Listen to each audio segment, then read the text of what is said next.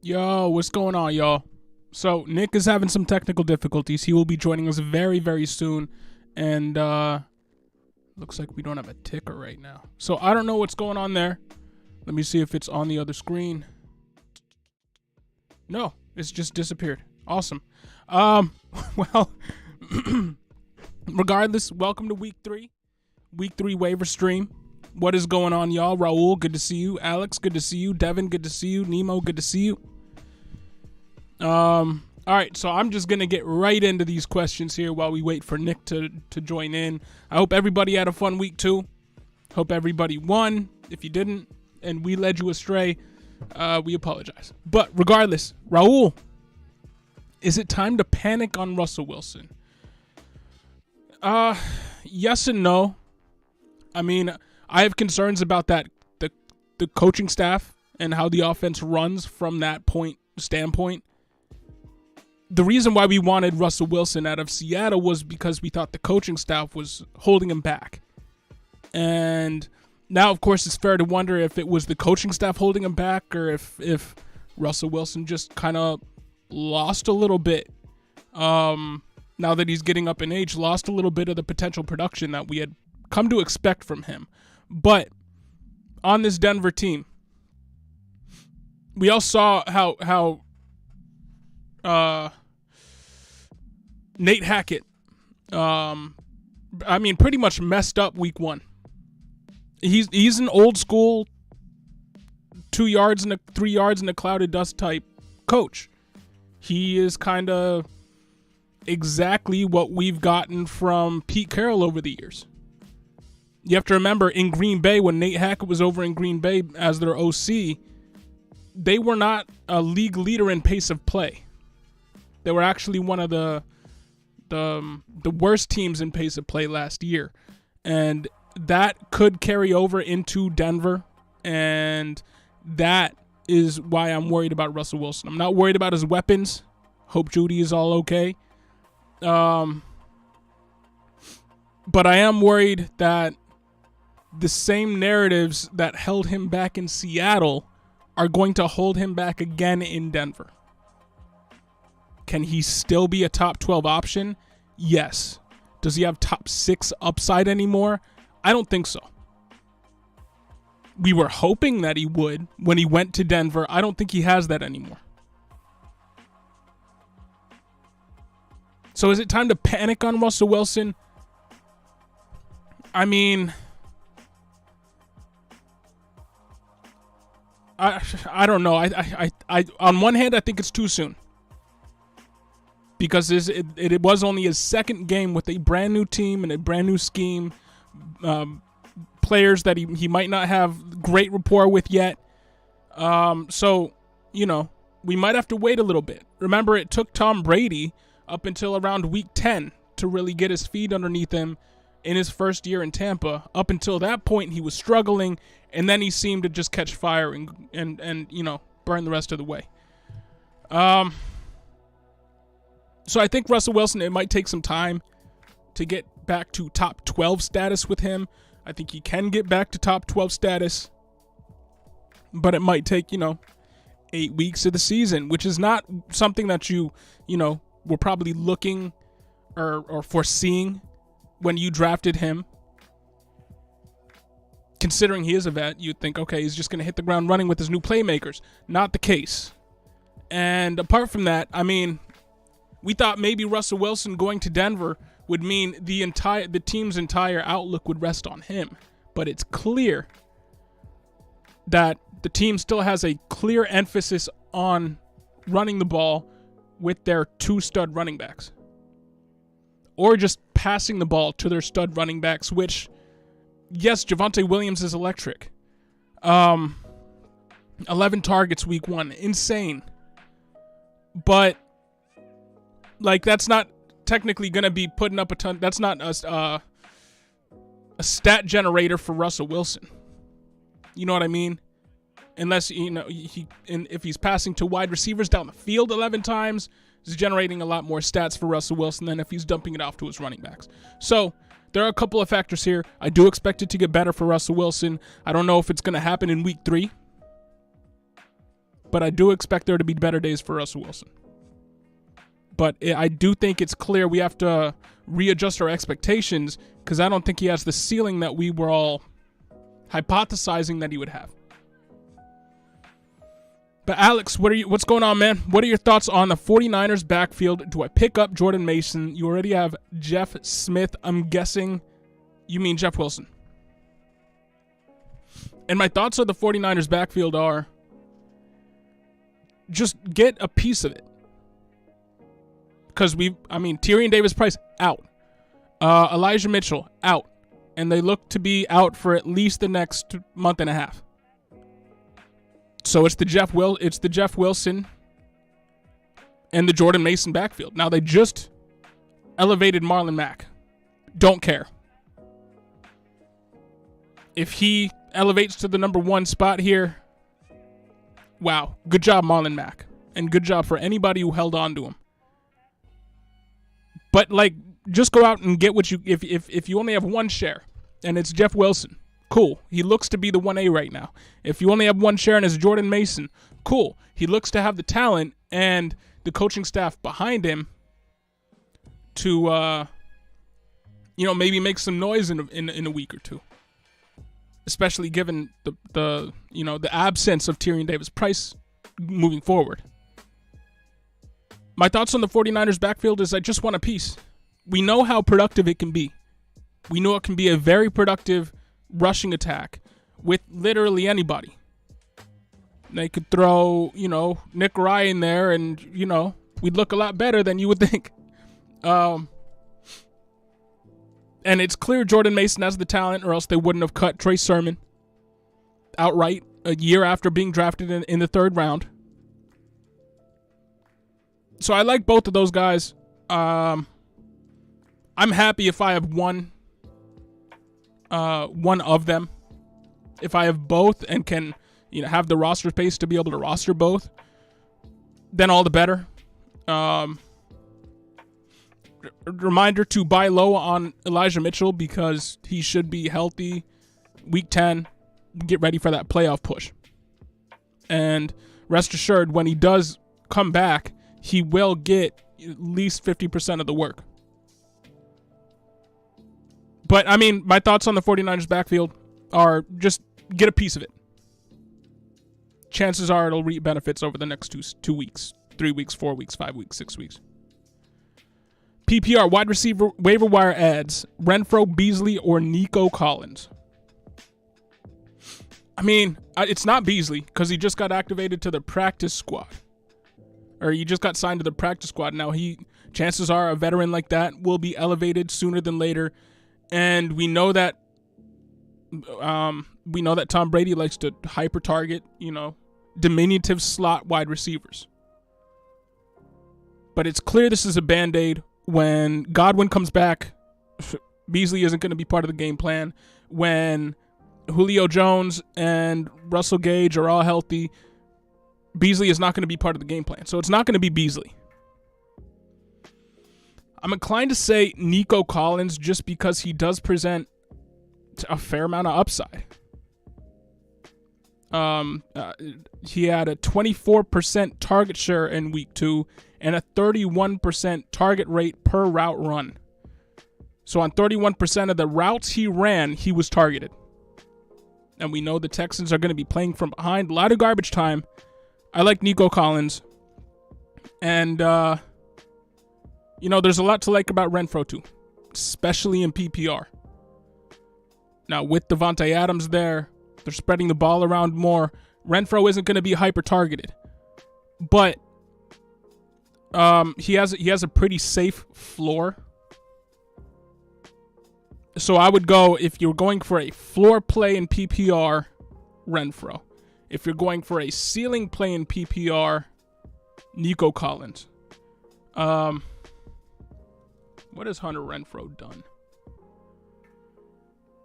So, yeah, he hasn't lit the world on fire. 2 tougher matchups, but 6 targets and 10 targets, nothing to sneeze at. Still only managed 3.6 half PPR points week 1 and 7.4 half PPR points week 2. So it doesn't look like the ceiling is there, and it looks like he's more of a floor play. So I would go Nico Collins out of those guys.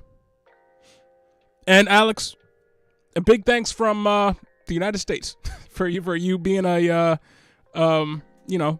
chilling with us in pretty much every stream that we've had since the season started, and always being a presence in here. We appreciate it. Devin Labashio, I'd add Renfro and Collins and then Cole in that order. Yeah, conventional wisdom would have you, go that route. But to me, I think it's Collins first. You look at what Renfro has done through 2 weeks. It hasn't been much. And you could argue, like last week, there were more targets to be. Devontae Adams didn't have a Devontae Adams day. If some of those targets that went Renfro's way, some of those 10 targets went Devontae Adams' way, it'd be even worse for Renfroe, obviously. I think it's Collins, high upside. I know, coming off of the season that he did last year, you would think that it would be Renfroe first, but I think it's Collins. And Nick is ready to join us here, so I am going to switch him over. Give me 1 second.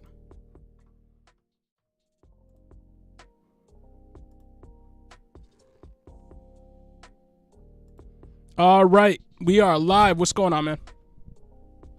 Yo, I don't know what that was all about. I don't know. Said that I was just being whatever. The Zoom was just like, we're just waiting over here, but it was a different loading screen than usual. I have no idea. All right. Well, I mean, it's not the only technical difficulty to be that we're dealing with today. We also don't have a ticker going right now. So spectacular. Yes, it is. Let me see if I can bring that back. And we are down at right after Devin's question here about Renfroe, or not a question but comments, Renfroe, Collins, and Cole in that order. Sorry so for right the at delay. where Nemo says yo. So what's going on, Nemo? And we're What's all up, caught everybody? up. We're all I don't caught know up. why I don't know what the issue was earlier. We'll look into it. Where are we at? Where Nemo says yo, and he says easy I'm enough. Team Hater Dalvin this week. Team Hater Dalvin? He's hating on Dalvin because he had a bad week. Oh yeah, For a that's first-round right. pick. And he messed up. He messed up his parlay. Oh really? Yeah. Ooh. Yeah, he messed up his. Yeah, he had a parlay, and Dalvin was the one who blew it for him. So yeah, makes sense. What did he even do like week 1? He did nothing. He didn't do nothing. He got 90 yards on the ground and caught a few passes. He just didn't go over 100 yards or break a touchdown. I meant he did nothing last night. Oh no, he didn't do anything last night. Okay. Sub 2 yards per carry. Yeah, 90 yards on 20 carry. Yeah, I mean, he's been pedestrian so far. That's, averaging what, 8 or 9 points per game for the first 2 weeks. Yeah, that's not what That's you not want. what you want for your first round pick. Yeah. Nope. Absolutely. Not at all. So there's a couple of first round picks that you're getting that from. Look at Derrick Henry. I just want to point out, we had speculated that Derrick Henry was going to be a buy low after week 2. We speculated he was going to have a very bad week 2. I never would have thought it was going to be quite that bad. He averaged sub 1.5 yards per carry for the first time since 2017, 2018, which was before he broke out. So it's really, I know the defense he was going up against. I know that they were down early, but it is really fair to question whether or not Derrick Henry's now fallen off, because he had the worst outing that he's had since he's been, the Derrick Henry that we know. If we were to go back in time to when he had that, comparable point total based on the touches that he was given, it was when he was, RB 25 to RB 34. But I mean, it's not only Dalvin. There are a couple of running backs that are experiencing that. So sorry you lost in your parlay, Nemo. That does suck. But that's fantasy for you. That's football for you. So hopefully Dalvin, all you Dalvin owners out there will have a better week this week. Going against Detroit should be better. And I think they're at home.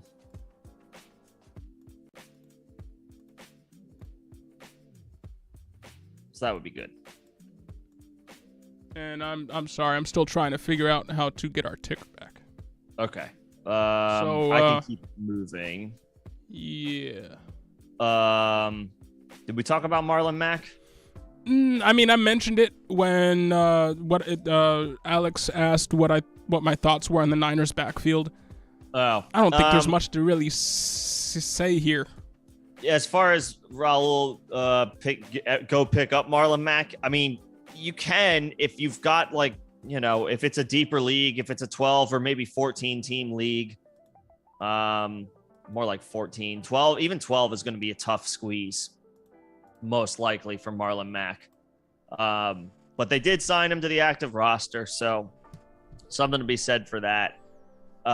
It's going to be Jeff Wilson and Jordan Mason, I would think.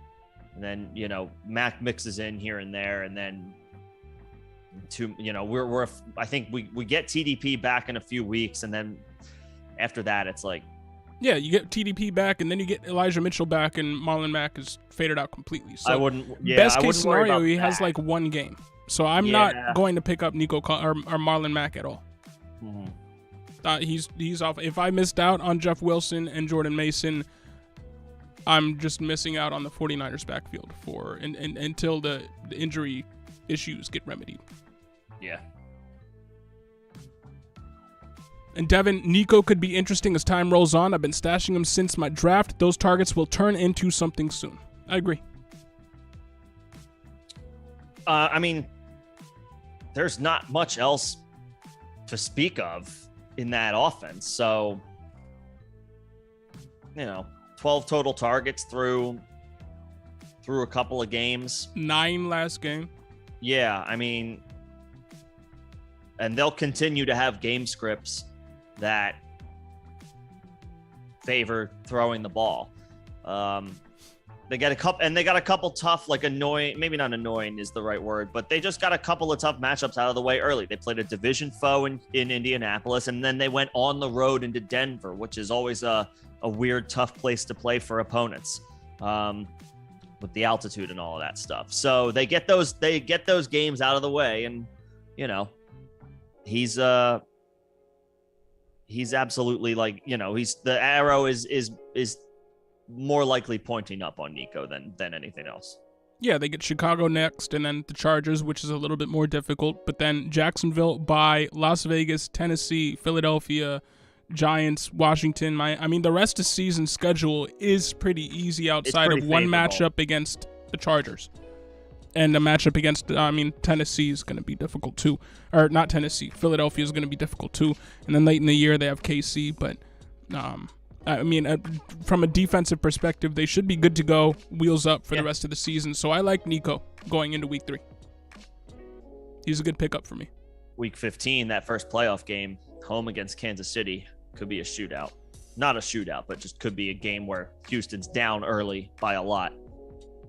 And again, if anything were to happen to Brandon Cooks, who is getting up there in age, 29 years old himself, it would be Nico 15 targets a game. Like, it would be something insane like that.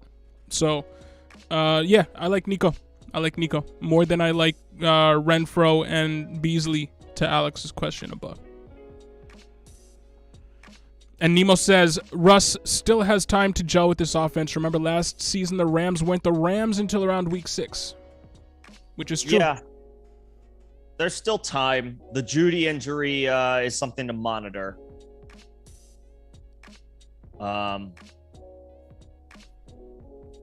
This could be a lesser, watered down version of the Rams. But it's fair to say Russ has not played well.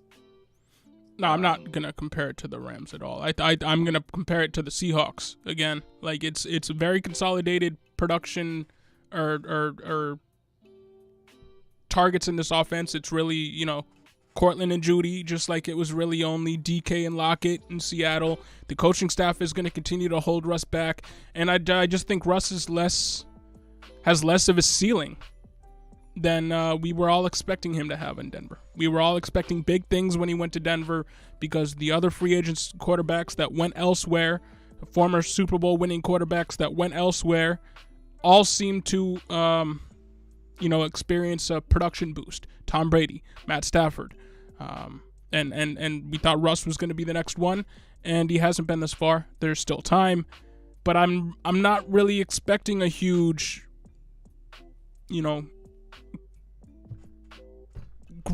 huge amount of growth in terms of the fantasy points and the points that this team can put up. I'm not. Two passing scores in 2 games, and to add insult to injury or whatever, he's run the ball 3 times for 5 yards. So there's no facet of his game where he's getting it done right now. And that's not even from a fantasy perspective. He is not delivering for the Broncos. And, we've seen it kind of play out. This Broncos team, I feel like they're in like week 2 of training camp right now. Like they're making a lot of stupid little mistakes. How many times in the past 2 games have they got slapped with delay of game penalties? They're just like they are not ready. It feels like they need another training camp. And again, that comes down to the coaching in front office. So that's I think coaching. Nate Hackett is completely over his head, and it showed week 1. Yeah. And it's going to continue to show itself, whether that's through penalties, bad play, whatever. I think it's just the coaching staff is over their head, and that is a head coach that should have stayed a coordinator. Yeah, he did nothing to quell any concerns about him after week 2, just because they got an ugly win against a not good team. And Alex, PPR, who do I drop for Renfro? Again, I think I would recommend you pick up Collins, but you said Shepard, Lazard, or Bateman. Absolutely don't drop Bateman. Yeah, don't drop Bateman. Honestly, between Lazard and Shepard, I think I want Shepard. Is that crazy? I think, I don't know. Lazard scored. I'm going to go one step further. I don't want Renfro. I want Collins. That's what I'm saying. If you missed it earlier on, he asked PPR wide receiver waiver ads, Renfro, Beasley, or Nico Collins, ? I said Collins. Is Corey Davis out there? I'd rather have him than all of these guys. Yeah, remember Corey Davis didn't have a great game, but he was going up against Denzel Ward. Corey Davis caught a long score. Yeah, but the talking point coming out of that game is Garrett Wilson. Oh, it's not Corey Davis. Yeah. Right, but lost in the Garrett Wilson hype is lost in the Garrett because Davis had a fantasy day against Denzel Ward. Score. Yeah. So if Renfro is available, which does seem kind of weird, despite the fact that I'm not crazy about him. I mean, is Corey Davis out there? I take Bateman out of the equation here. He's head and shoulders above all these guys, but I want Corey Davis starting for you over any of these dudes. So that would be my let's revisit this if he's available. If he's not, then I think I would drop. I think I would still hang on to Lazard because if you have Lazard, you probably drafted him in the 8th or 9th round. Yeah, it's just that report that came out today about the Giants literally saying, "Hey, we're not going to play any guys that are contractually obligated to be on this team for us, just because they're contractually obligated to be on this team." Yeah. And they were saying that about Kenny Golladay, but Shepard is their number 1 wide receiver right now.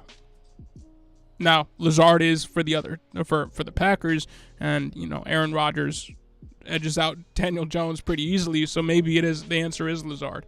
But I wouldn't drop any of those guys for Renfro. I would drop, I guess, if it's going to be Shepard, I would drop him for Collins.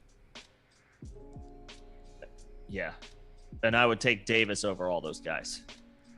I would take Davis over Collins. Okay. I would. Now, I did have down here that I wanted to talk about the Jets. Because in a few weeks, we have to basically throw everything that's happened in this offense out the window because they're getting a new quarterback. The quarterback that they should have been playing through 3 weeks.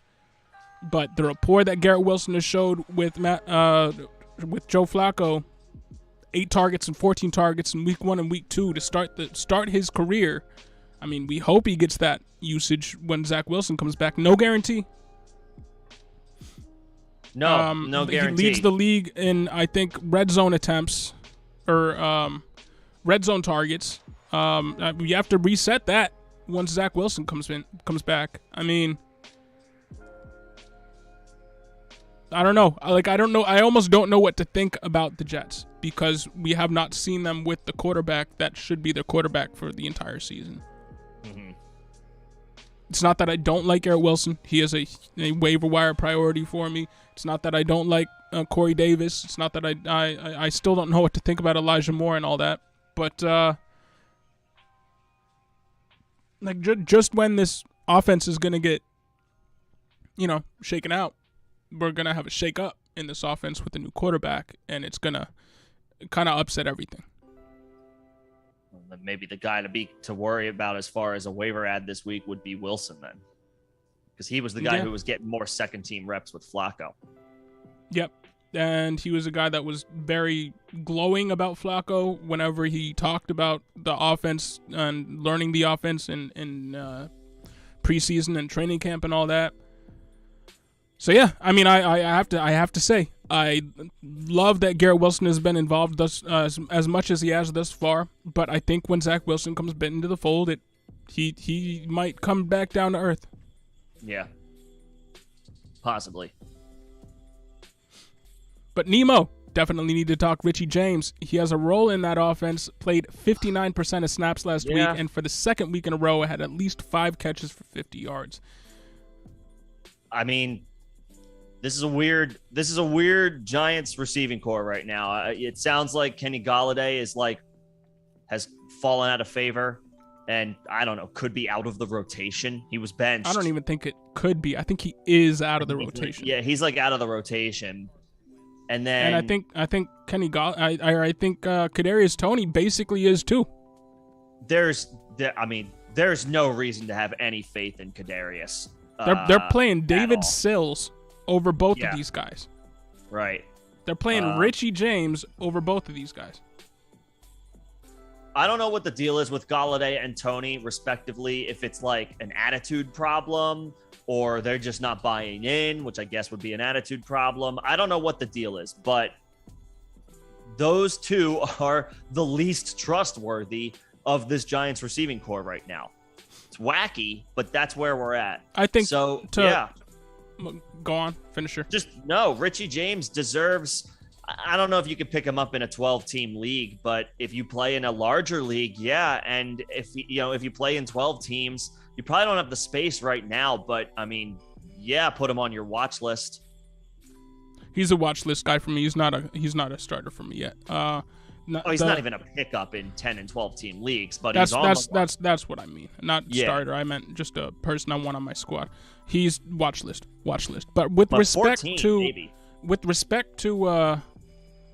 Golladay and Toney, the Bills, when they brought in Sean McDermott and Brandon Beane and all that, who basically their understudies became the front office for the Giants this offseason. They got rid of pretty much all of the star play. They got rid of Sammy Watkins real quick.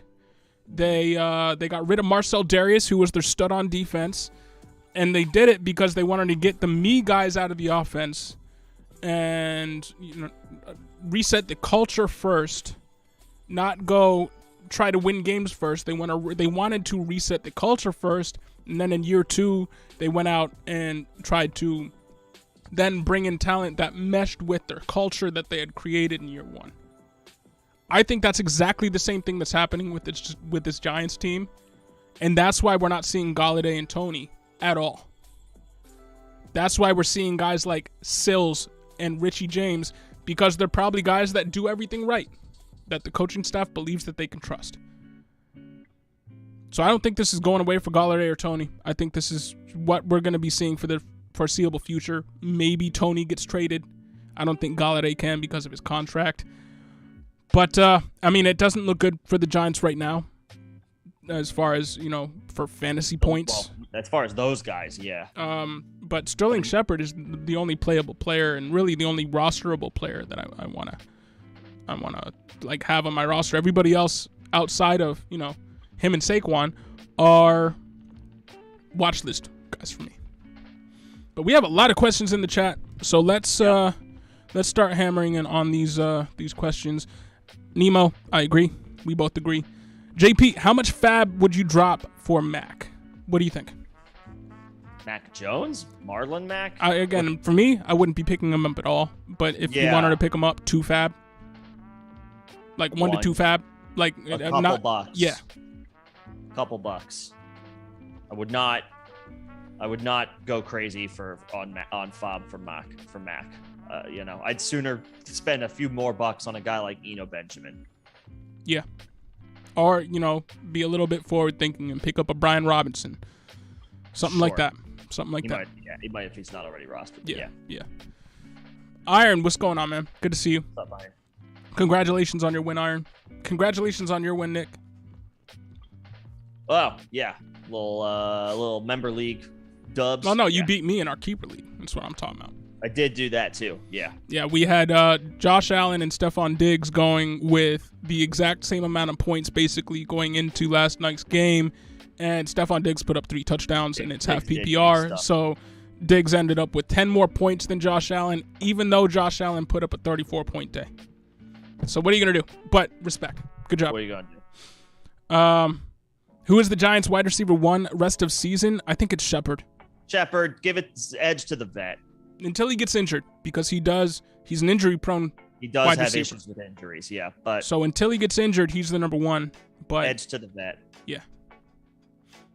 Nemo lost in the zombie league. Well, it's going to continue in week 3, bro.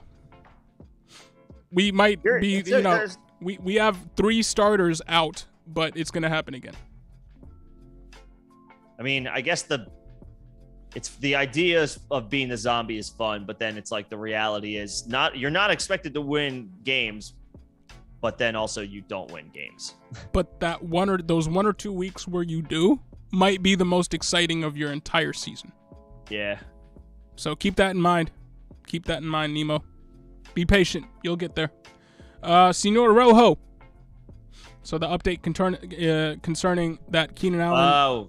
All right. Played to there win, you go. Lost. That first waiver spot is mine. See, I told you it was going to work out for you. Keenan. I told you it was going to work out for you. Now you have a pretty good wide receiver core once he gets healthy. And Right. Hopkins comes back. So good job, man. Nemo thinks it's going to be James, and Shep will be the deep threat. Could be. It's weird, Shepard's though. more of a Shepard was slot always guy. a better slot guy. Yeah. Yeah. But we'll see. Weird times in the Giants offense right now. Iron, I think we both like Corey Davis more than Noah Brown. I like Corey Davis. Noah Brown. I mean, Gallup's going to come back. Would you rather have Joe Flacco / Zach Wilson throwing you the ball or Cooper Rush? Well, Dak will come back too. By week 8, yes. But yeah, Dak will come back, but so will Gallup. I would rather Corey have Davis. I would rather have Corey Davis because he's been getting starter reps with Zach Wilson. And so, Jalen Tolbert's waiting in the wings, and so yeah. I don't know if I'm worried about Tolbert this year, but Noah Brown's going to be a wide receiver 3 real quick. I think Corey Davis, at least right now, is a wide receiver 2. There has been on the year. Yeah, so I prefer Davis. And what's going on, Rojo? How you doing, man? Jeff What's up, Smith bro? or Wilson? I think he meant Wilson. Oh, that was Wilson. And rate this potential trade just been offered. I get Dillon, and you have Jones, and Robbie Anderson for Jeff Wilson and Bateman. No. If you have Jones, I like Dillon a lot, but I don't know if Robbie Anderson is playable, and right now, both Jeff Wilson and Bateman are playable. Yeah. I would keep what you have, and Nemo agrees. And he thinks with a healthy Kittle, Jordan Mason's going to average 5 yards per carry. All right. I mean, get it. I mean, it sounds like they're getting him back this week. Obviously, it's early, and things could change. But it sounds like Kittle was close to playing last week. They held him out of an abundance of caution. Worked out in their favor because they did win the game. And yeah, Kittle helps the run game for sure because he's an excellent blocker. So if he's back in there, yeah. People like Jordan Mason. People do. And if anybody is interested in knowing a little bit more about him, we got a video on him, just put it out yesterday. So check that out after this stream. But here we go. Devin Labascio, you like Bateman. You'd be interested in seeing more of him before letting him go after boom week. Yeah. I'm not even interested in seeing more of him before letting him go. I'm not letting him go. Yeah, don't sell him. There's no need. You would need to hit the mother load, and I don't even know what that would be. No, you see the like he's 24% target share. That could go up. I'm surprised it's there. Like that could be up, 10% higher in this offense. Yeah. So no, I'm holding on to Bateman. I don't even know if we've seen the best of him. He feels like he's been a like a boom bust guy who's been all boom through 2 weeks. But I think he becomes more of a PPR player plus the boom capability. So like he kind of becomes, I think he becomes a little bit of a cheat code later on in the year.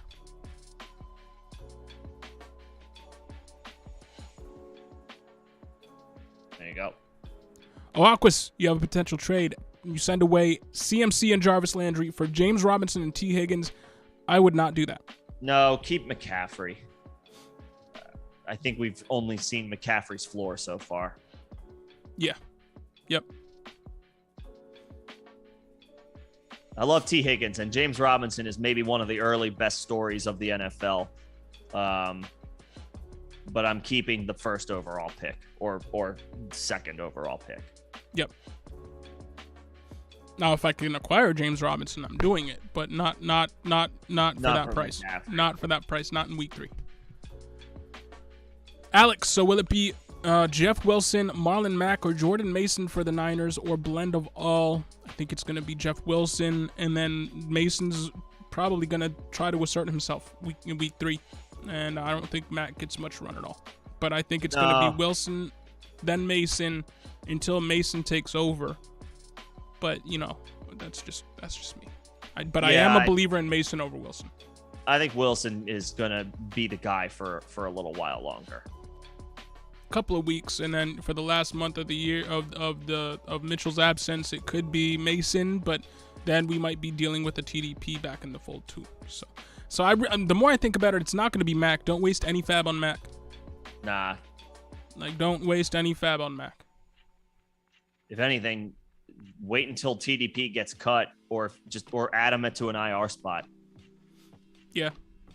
Yep. That it wasn't great on Sunday, but at least they gave him some work. And Devin agrees. Keep CMC. Yup. A lot of people seem to agree. Nemo and Alex, thanks for keeping the conversation going in the chat with the Walkwas. Appreciate it. Yeah, Nemo, Tyler Conklin is getting fed by Flacco. Got to be worth an ad with his target share. Yeah. Again, what do we do with this offense when Zach Wilson's throwing the ball around? It might look completely different. Is Zach Wilson throwing the ball 59 times week 1? Don't think so. But the usage for now is encouraging. Yeah, they're on the road against Cincinnati this week. Bengals have an opportunity. Bengals have an offense with upside to score points. Conklin could see some more usage. And until Flacco's not playing, in which case he's a bench guy for me, and then it's a wait and see. But for now, I mean, he's getting starter usage. And if a team's gonna pass for 50 times again in week 3, like he could get a lot of usage. Mm-hmm. Alex, ETN will have a role. CMC has no competition other than his own health. Yep. I don't know if there's a timeline on Zach Wilson returning. It was supposed to be originally around week 4 or 5. I've not heard anything about a change to that timeline. So week 4, 5, 6 maybe. And then, we've kind of speculated that it could change at that point. The offense in general. Yep. Now, Kilo, what's everybody's records looking like? Mine in the beginning of the season or the beginning of the stream, 1-1. I'm 1-1 everywhere. Yeah. I'm 1-2 in a league. I thought I'd be 0-2 in, so that's weird. Or I'm 2-0 in a league. I thought I'd be losing every game in. Interesting, but I'm basically 1-1 everywhere else.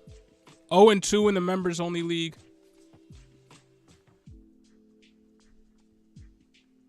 The Washington on Washington stack strategy is not working out for me. But is what it is. That's the wrong Washington guy. Yeah. Aquas, if Josh Allen played the fourth quarter last night, you'd be 2-0, but you're 1-0. Well, blame the Titans. They failed to make that a game. The Titans, How long do you think until they move to Malik Willis? Just because it won't be long. It won't be long. That team stinks.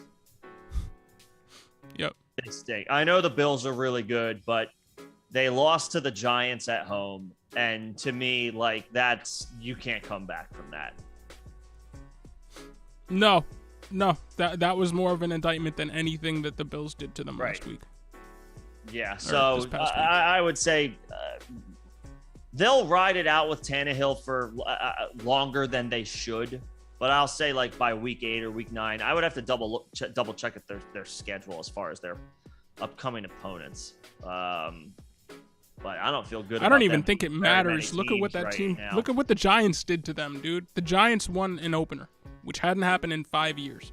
They play the Raiders, then they play the Colts, then they play the Commanders, then the Colts again, the Texans. They don't have like a ridiculously difficult schedule, but they themselves are not that good. The AFC South. This is what happens when your best player starts aging out and your second best player was traded away for a rookie. Yeah. What did they think was going to happen? I don't know, but I hope they're happy paying Derrick Henry the money that they're paying him. Yeah. And, on the other side of the ball there, the Bills kind of look unstoppable right now. Yeah. 31-10 against the Super Bowl, the winners last year, and then the next game, they play the team that won the AFC, all of the AFC last year, 41-7. Or it was the 1 seed, yeah. Yeah, that's what I meant. And they played the Dolphins next week. It's going to be interesting. Can Tua do it two games in a row? So it's going to be a little bit more of a test. And then in week 4, the Bills get the Ravens. And then in week 6, the Bills get the Chiefs. So it's going to be a little bit of a test, more than it has been through the first 2 weeks. But they look pretty unstoppable. They do. And I love it. Jay, cross country, right? XC, cross country. You have a 2-part question. First, if you packaged Najee and Deontay, what type of wide receivers would be worth it? Name your price if you package both of those guys. Yeah. I mean, you could get anybody. You should be able to get. You're not going to get like Diggs or Kupp or Jefferson. Or I think Chase. that's who you should be shooting for. I would ask for Devontae after last week's game. Davante Adams. Yeah, you're not getting the names I just mentioned. Oh, I thought you meant you would try to put Deontay instead of, or Devontae instead of Deontay. Sorry, my bad. Najee and Devontae. I mean, I think you should try to shoot Devontae. for. You should try to shoot for Kupp, Chase, Diggs. You're probably not going to get him, but that's the type of wide receiver I would be shooting for. What would I settle for? That second tier. Definitely not getting those guys. Devontae Adams is like the base. Yeah, that sounds He's about in that right. tier too. But I would you don't. I would ask for the ceiling, and if I don't get one of those guys, then I'll go for Devontae. But if I'm selling a last year a high end RB1 and last year's wide receiver 8, I'm looking for the best wide receiver in the game. And Najee second, hasn't been very good. Neither is Deontay. No, they haven't, but the name recognition is there. So I'd be trying to parlay the name recognition of those two into the best thing that I could get. So I wouldn't create a ceiling for myself before I made any offers out. I'd be trying to get the best of the best. Second, if I do keep them, should I flex Najee, T. Higgins, Bateman, or Deontay? Right now, I mean, Bateman. Will the Ravens get week 3? Might not matter. I think the Bateman's role is only going to grow. I don't think Deontay's usage of that as a wide receiver 1, but he's getting wide receiver 3 point totals. So it's a little weird with him. Bateman's on the road in New England, so not a good matchup by the numbers, but he has a higher ceiling than anybody else that has showed thus far. He has a higher ceiling than Najee and Deontay through 2 weeks, and I'm not sure what Higgins has done. Higgins has been fine. Higgins is worth consideration. 3 points 1 week, 16 points the other. I mean, yeah, I would just 3 weeks was ride because Bateman. 3 points was because of the concussion. Yeah, just go with Bateman and then T and then Najee and then Deontay. That's how I would do it. And real quick, Nemo, stream Mariota versus Seattle or start Russ versus San Fran. I gotta start Russ. One more week. It is only week 3. I gotta start Russ. I'm not panicking to the point where I'm giving Mariota a shot. Although the Falcons have been respectable on offense. No, if there was a better option than Mariota, maybe I'd think about it. But I'm going with Russ. And Jack Lombard, what would you trade Bateman for Kyle Pitts PPR league? You can replace Bateman with Drake London. Who's your tight end? Yeah, who's your tight end? I love Pitts. Can you get more? I don't know if Pitts is going to go off this year. You should be able to right now today get Pitts and more for Bateman.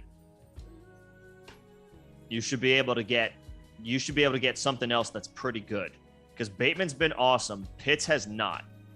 You should be able to get something else like pretty solid. Just depending on who my tight ends are. Higbee is your tight end. Depending on your tight ends, I don't even know if I would make I wouldn't try to trade Bateman. I'd try to trade London. I don't know if I want to do that either. Well, if you're gonna replace Bateman with London in your lineup, you've been playing Bateman over London. I would trade London if you've been playing Bateman and it's been working out for you. I think Bateman still has a higher ceiling than London this year. Yeah. So to me, I'd be trying to trade Drake London coming off a 12 target game.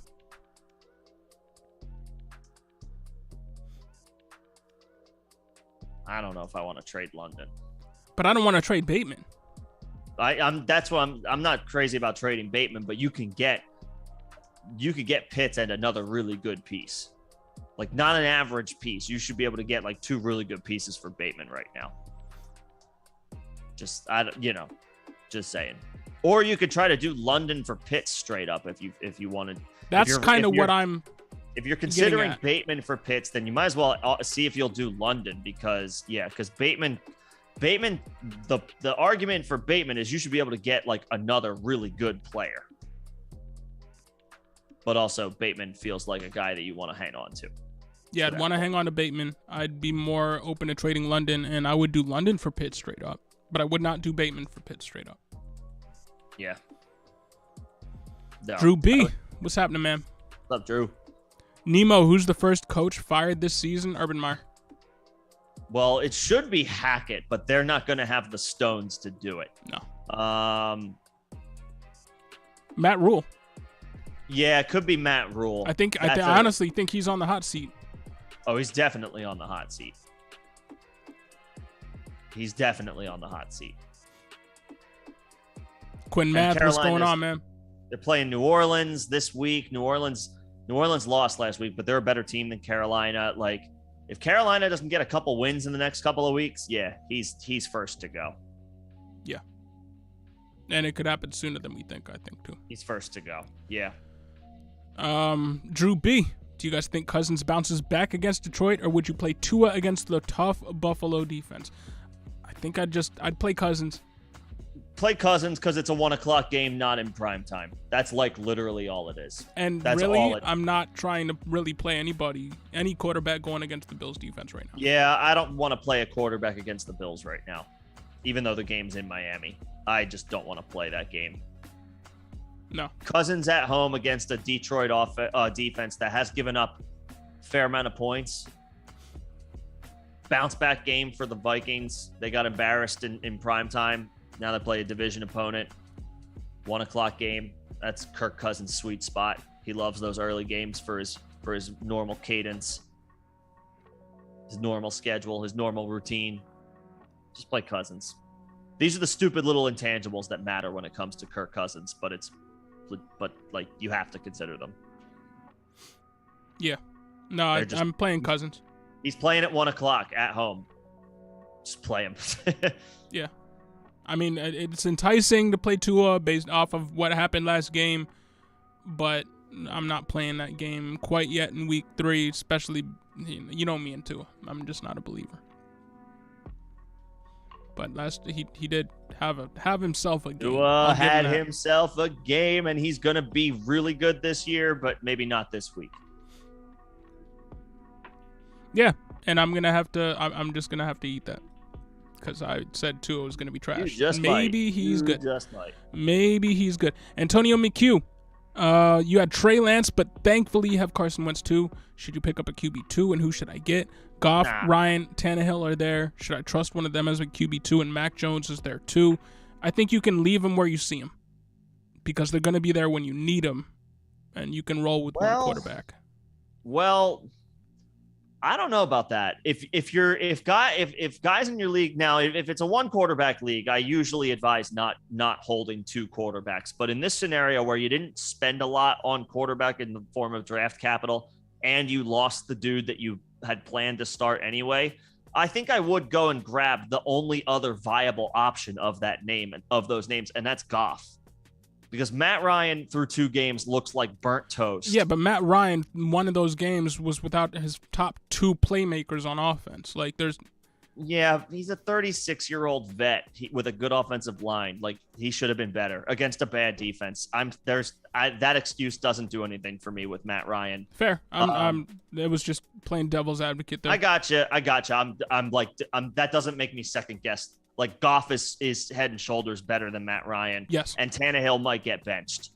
And Mac Jones, I don't want Mac Jones. Tannehill might get benched. Tannehill eventually, at this rate, will get benched. And Jared Goff has a deeper collection of weapons. I think I would go pick up Goff and just secure 2 viable, cheap options that I can figure out as the season goes on, and let everybody else pick up what's left of the scraps. Yeah, I do got to say, looking at that Detroit offense, I mean, 2 touchdowns through the air week 1, 4 touchdowns through the air week 2. They have a higher ceiling than a lot of people were hypothesizing. We were kind of, I want to say pumping up Goff a little bit prior to the season, because of the amount of weapons that he had, because of what he did through the last 6 weeks once they unlocked Amon-Ra St. Brown, which hasn't stopped. So, yeah, I guess if there's one guy that you want to pick up, it's going to be Goff. But depending on the kind of league this is, if it is 1 QB, you're fine. Yeah. I don't think you need 1 QB. And since you're saying, should I pick up a QB2, I think you're in a 1 QB league, which again to me means you can probably leave them where you see them. But if you want to pick up one guy for some stability, it would be Goff. Yeah, I'd pick up Goff. And Nemo, to your point above, Treylon get more usage with Willis or Tannehill? Tannehill. It wouldn't be as good. It wouldn't be. It's unlikely to be pretty if and when they make the move to Willis, at least for this year. Yeah, I'm not super sold on Willis's long-term viability. We have to remember what he did in the preseason. He did in the preseason. But to that third comment there, Buffalo has rookie corners play Tua. They have rookie corners, but have shut down again Matt Stafford, who just won a Super Bowl last year, and Ryan Tannehill, who led his team to the 1 seed for the AFC. So yeah, it's not so much the corners; it's that pass rush. It's the pass rush and the presence of those safeties back there. Poyer and Hyde are the best safety duo in the NFL, and they help out those cornerbacks a lot. Imagine when they get Trey White back. It's going to be nasty. But I don't think Buffalo playing rookie corners has held them back at all through 2 weeks. Nah, play Cousins. But if Tua pops this week, I'm crowning him. If Tua pops this week, I will admit that I was very wrong on my assessment of Tua. Yeah, well, we'll see what happens this week. I wouldn't bank on it this week, but I would do not feel good about the rest of his season. Now, Alex Watts, back to waiver wire options, PPR. Corey Davis, Renfro, Nico Collins, Zay Jones, Josh Palmer. Do you drop Shepard for one of those guys? We already said we would drop Shepard for Corey Davis. What did Zay Jones do this week? Yeah, I think I would. Jones had 3 for 23. All right, so he kind of fell back to earth this week. Although that game, the Jags had that game in hand pretty much start to finish. So he wasn't. So the wide receivers weren't needed. Josh Palmer's going to be their wide receiver 3 again, so I don't know if I go down that road. I do like Corey Davis. I think he's going to continue to have a pretty nice season, regardless of who the quarterback is.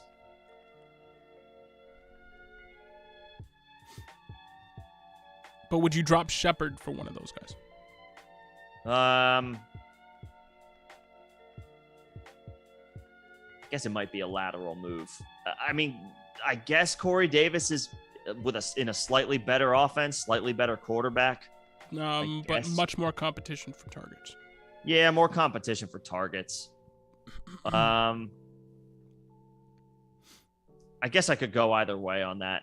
Maybe hang on to Shepard now that we know that Golladay and Toney are very not likely, but very well could be like non-factors moving forward, especially Golladay. I guess maybe hang on to Shepard. Like Renfro makes sense to pick up from a name recognition perspective, but like I don't know, I don't feel great about him through a couple of weeks, and he's currently in concussion protocol. Now we saw T. Higgins get out of concussion protocol in a week's time, but you might be picking up a guy who ultimately gets ruled out this week, and then you're kind of feels like you're stuck a little bit for a week. Maybe just hang on to Shepard. Giants get the Cowboys this week. Monday night at home. Maybe stick with Shepard. Yeah, he's number 6 in air yard share through 2 weeks. Weird. And in target separation versus man, he ranks number 1. So very strange beginning of the year for Shepard. We weren't predicting that. I don't think anybody was. Yeah. But I think I would hold on to Shepard, but keep Corey Davis and Nico Collins on your watch list. Yeah. And we agree, Nemo. Antonio, how about Kenny Pickett for a stash? No. Even though, again, he'd be a watch list guy. But, again, we haven't even seen him play in the regular season. So I would need to see that first before I go in on him as a quarterback in a 1 QB league. Yeah. What's going on, Sam? And Alex, please rate the rookies to stash. James Cook, Christian Watson, Jordan Mason. Which way are you going with that? I might go in the opposite direction of what they're listed. Mason, Watson, Cook. I know Cook got 50 yards last night, but that was all in the fourth quarter when the Titans waved the white flag and the Bills said, okay, cool. Case Keenum was in the game, right? Yeah, I think Mason... Watson has the draft capital and the opportunity. So actually, I would put him first because he has season-long viability. I like Mason, but Mason is a 7-week to 8-week stash. Maybe Watson, could be a big in the postseason. He really could. Mason could have season-long viability. Watson should have season-long viability. And so I'll go Watson, Mason, and then honestly, I would prefer taking a shot on Mason over James Cook for this year, because once again, the Bills are fooling nobody and letting everybody know we do not give a shit about running the football. No, and it's great. It's great. They do not care about running the football. They might total 25, 30 rushing yards from their backs, and they'll be like, that's cool. We still scored 35. Josh Allen is typically going to be their leading rusher at 50 yards a game. Yeah, and so for me, James Cook is for 2022, as long as the backfield is healthy, Singletary and Moss are healthy, Cook is off the radar. He just is. And it maybe he's talented.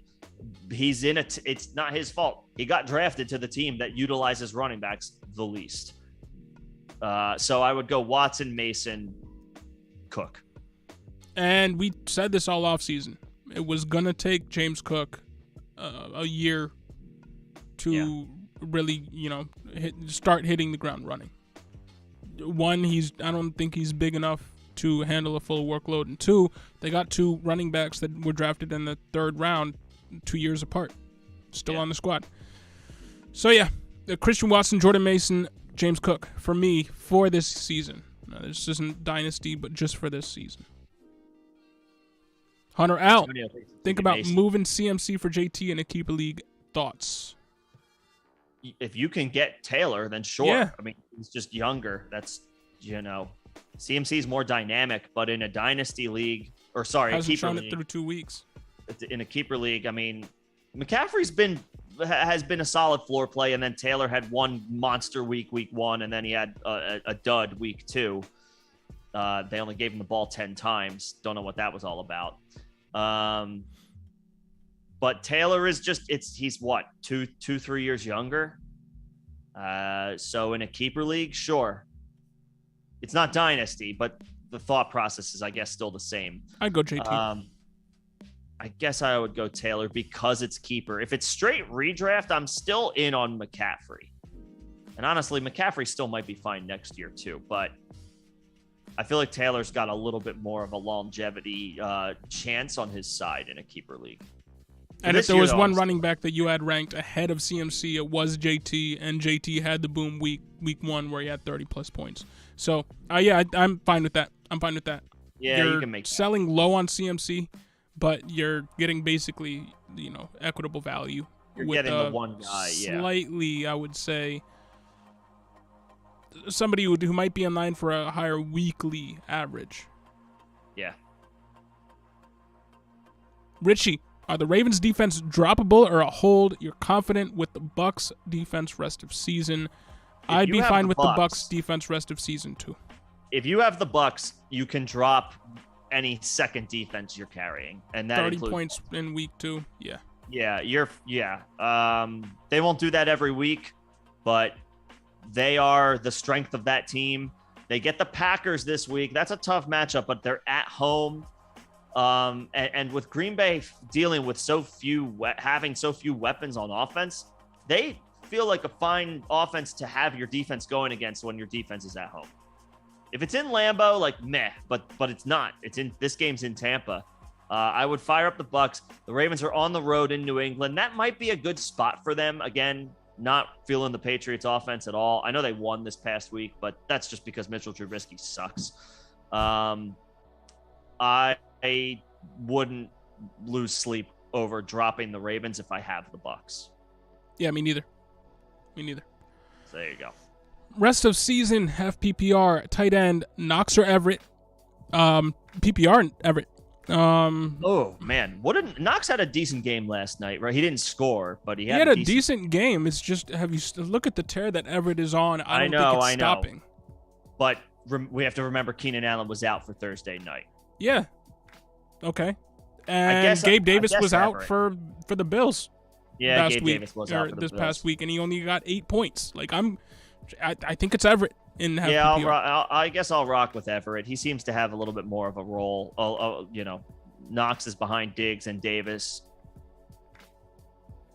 I mean, it's almost a coin flip. Both are in very similar situations with high end quarterbacks throwing them the ball.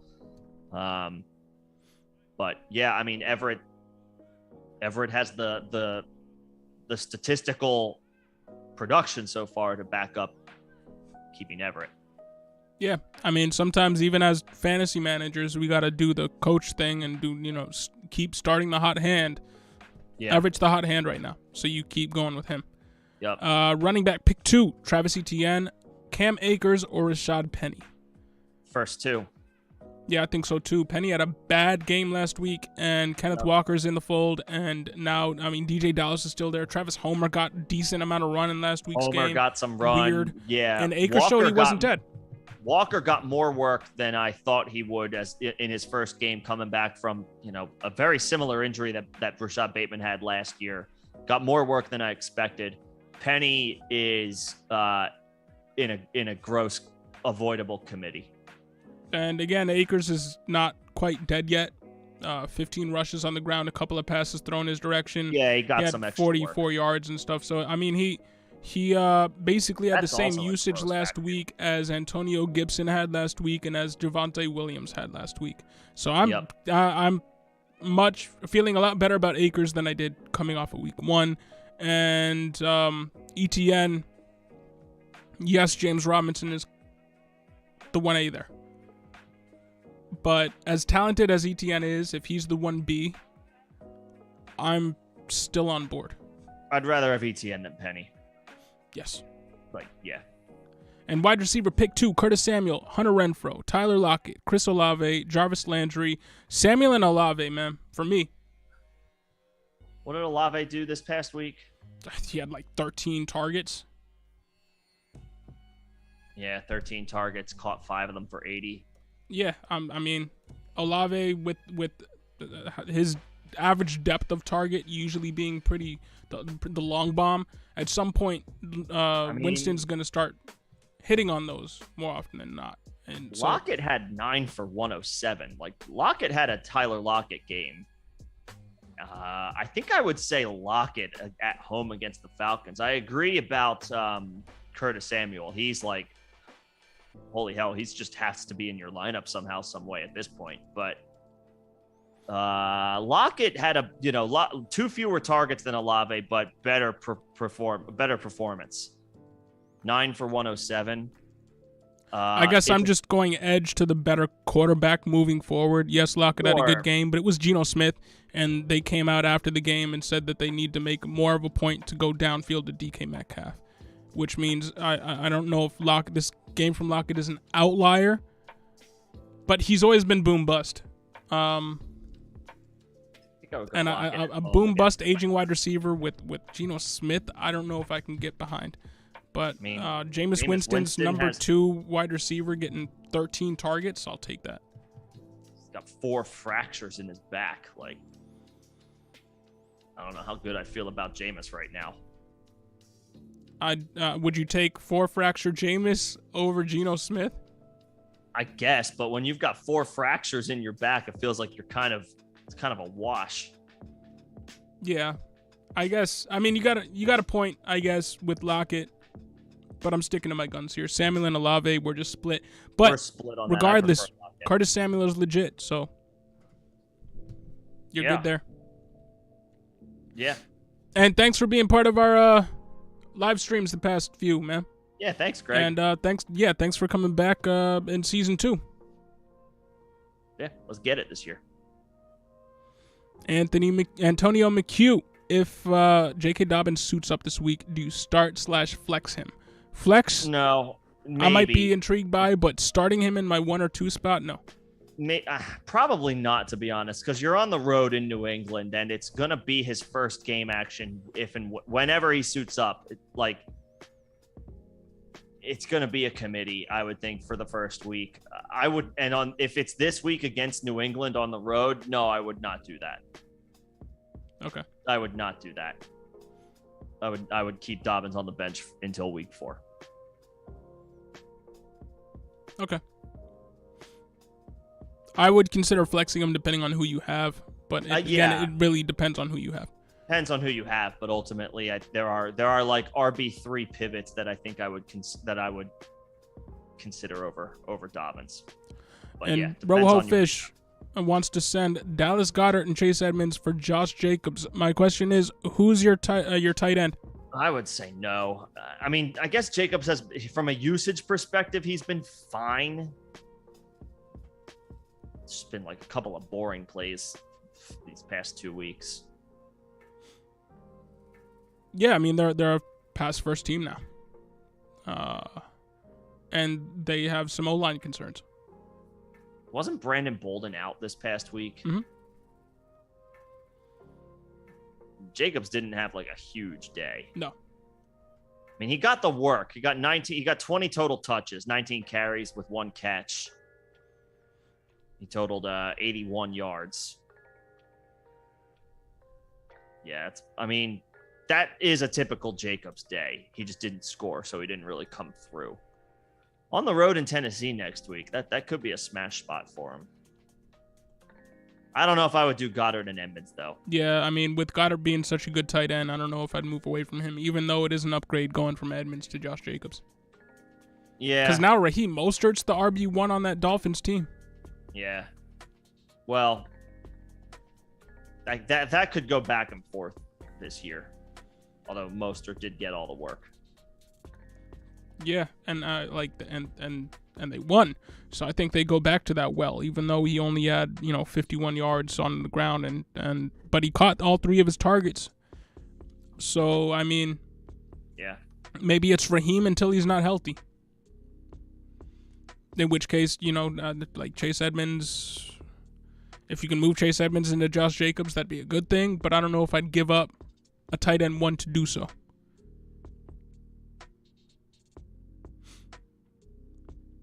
Unless you have like an Everett or something like that.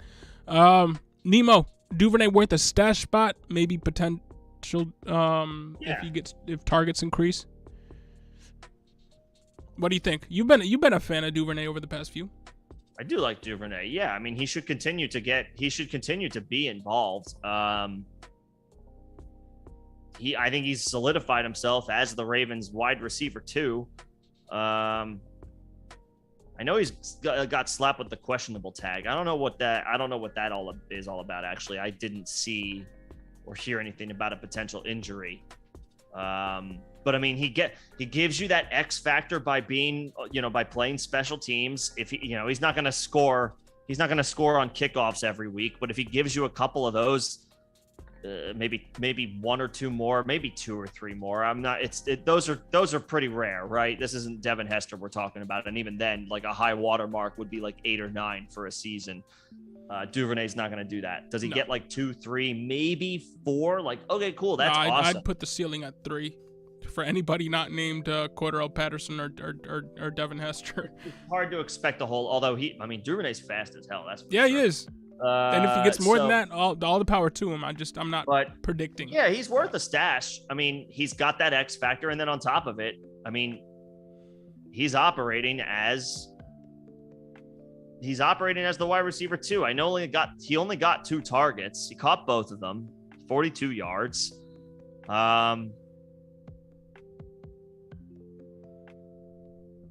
Yeah, he's worth a stash.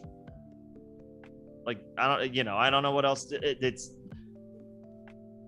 Say what you want about the lack of targets today or yesterday, or Sunday. Oh my God, days are hard. But he still delivered a viable fantasy performance 2 weeks in a row now because of the kickoff return. Yeah, he's worth a stash. Now they do have tough sledding for the first 9 weeks of the year.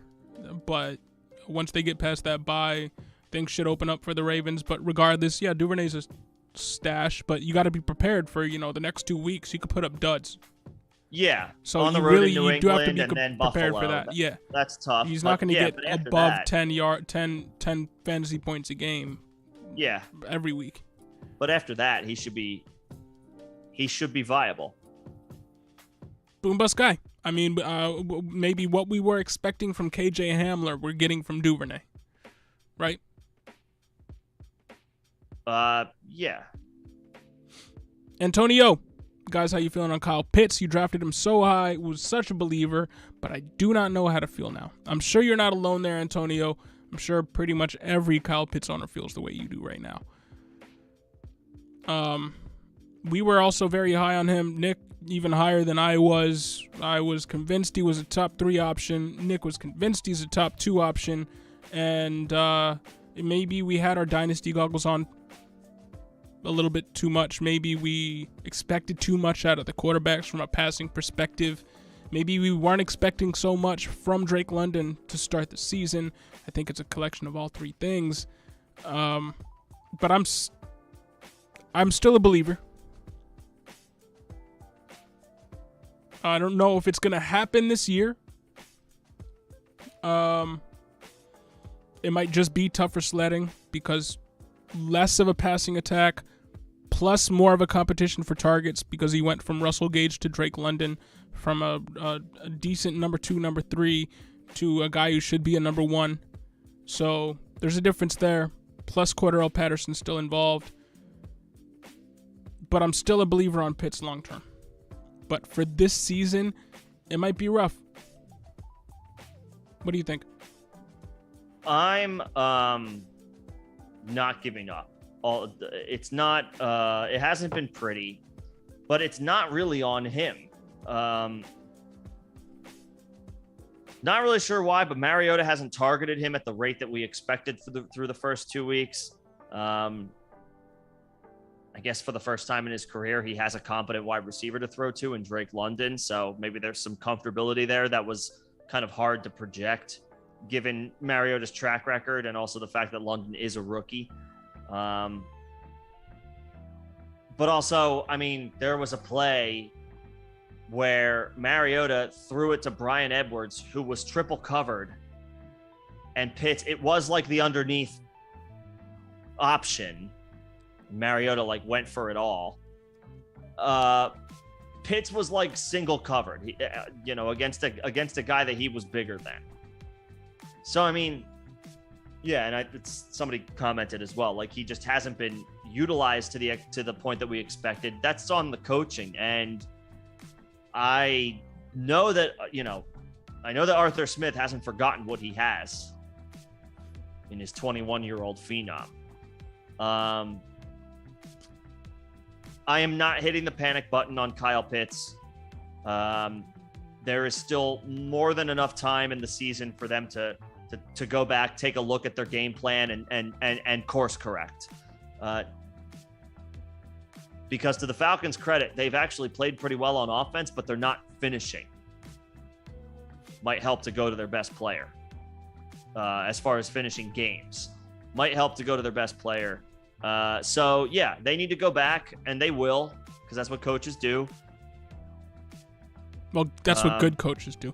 But Arthur Smith is a good coach. I think Arthur Smith is fine. Kyle Pitts, 7th in snap share through 2 weeks, 5th in air yards through 2 weeks, 3rd in air yard share through 2 weeks. Yeah, I'm not worried. 2nd in average target distance through 2 weeks, 3rd in deep targets through 2 weeks.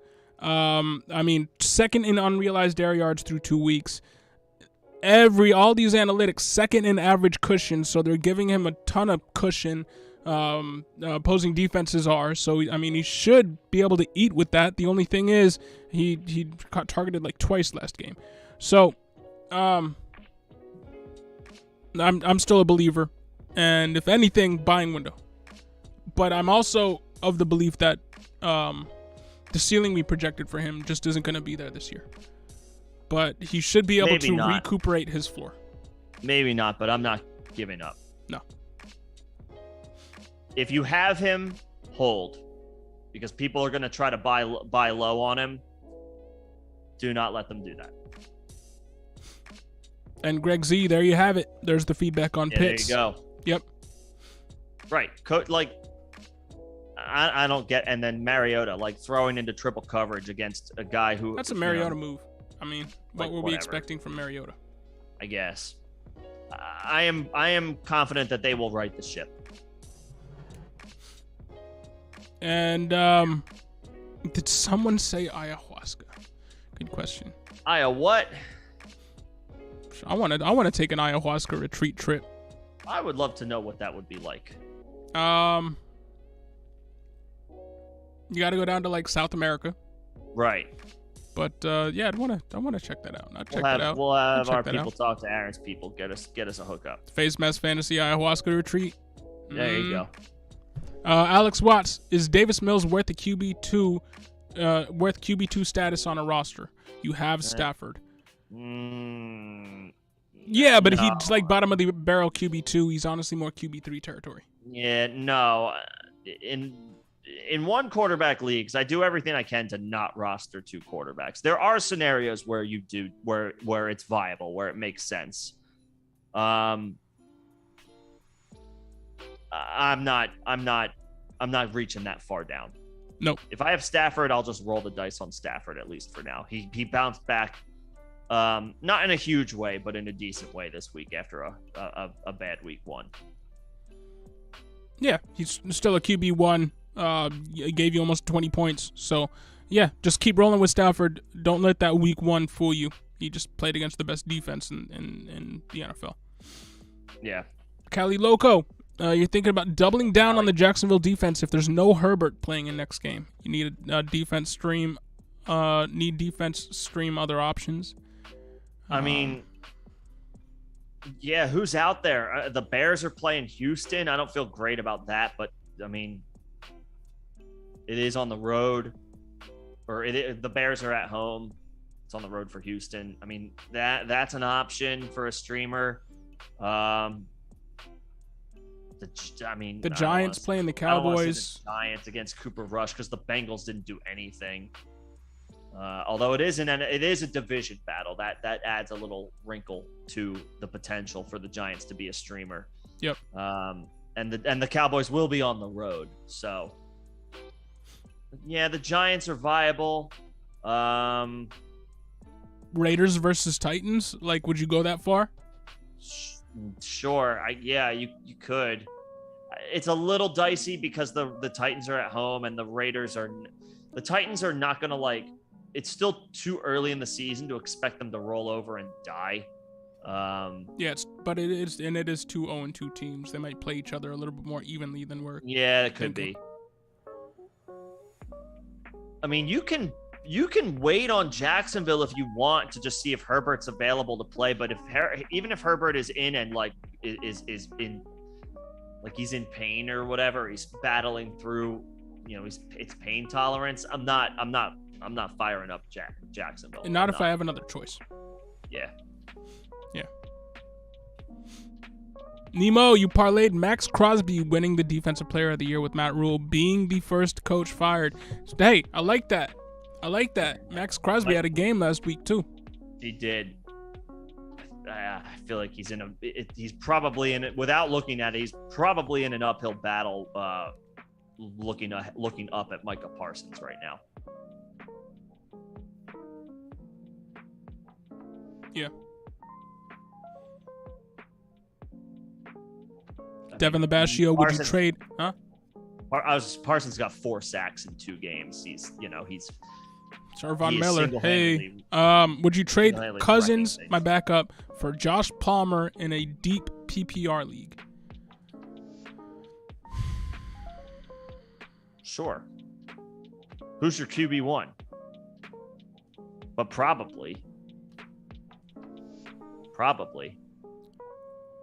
Palmer had a decent week last week, but again, no Keenan Allen. 8 targets, 4 catches. He caught a touchdown. But I don't know. Like, are you in the position where you need to start a wide receiver? Like, are you desperate for wide receivers right now? We're not real big proponents of rostering 2 QBs in 1 QB leagues, but I almost want to trade Cousins for more than just Palmer, because people are picking up Palmer off the waiver wire, and the only reason that he was rostered most likely is the fact that Keenan Allen wasn't playing. Once Allen comes back, Josh Palmer might end up back on the waiver wire. So I'm thinking if you're going to trade Cousins, who is roster worthy, you should get back a wide receiver who's roster worthy. And Josh Palmer is, despite how much I like him, especially in Dynasty, he's borderline roster worthy for me when everybody's healthy in that offense.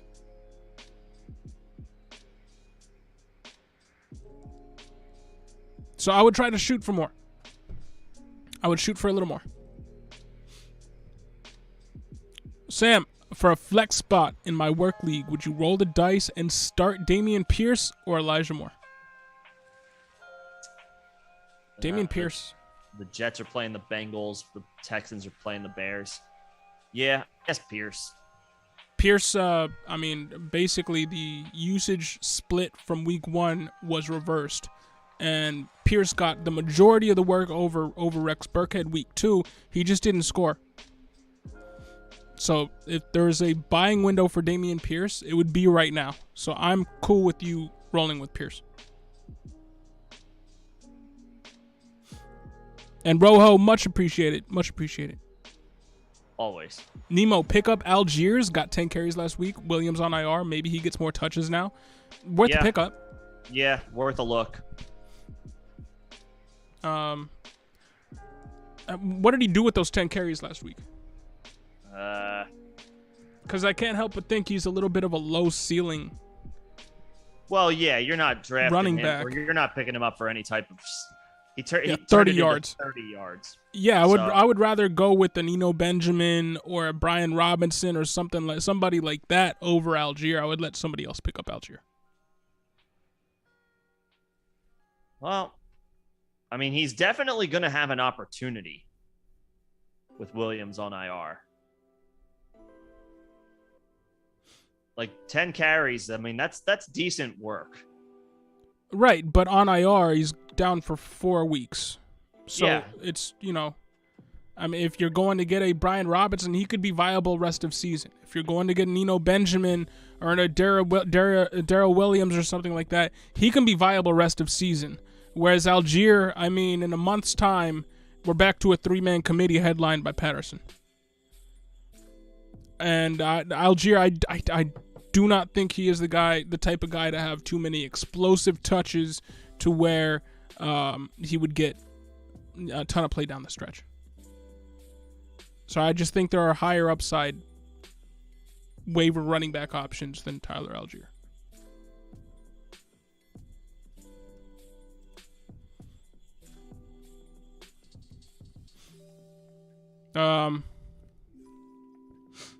Senor Rojo, would you guys drop Ingram or Drake? You have Mixon, Hall, Pacheco, and Mason.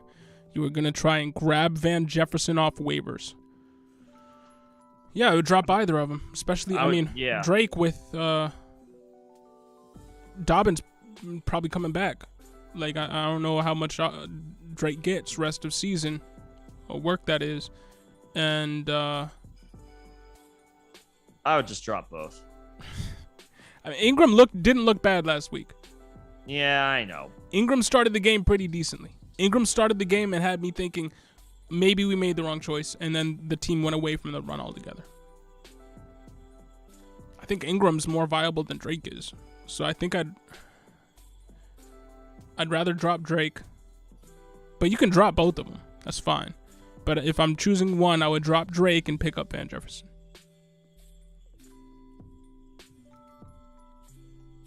Yeah, that's fine. Just drop Drake. Jaws, UW Husky QB Penix, is that really his name? Penix. Look good last week, beating MSU. Legit prospect or just a fun name to say? I have no idea.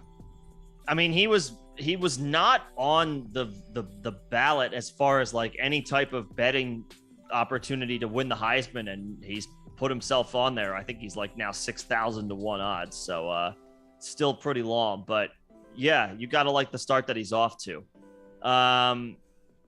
Compared to the other prospects that we're expecting to come out in this draft class, no. But it's been, I think it's fair to say he has exceeded all early season expectations so far. I don't know that he's a legit prospect just yet. Yeah, there's a lot of college games that's got to be played. There's a lot of good quarterbacks we're expecting to see come out this year. And Eduardo, I got to answer your question with the question, which more is that? Is that DJ or Elijah? In which case, yeah, I mean, there's still value trading in either of those guys, Rondale. Depending on what you can get back. Yeah, Rondale.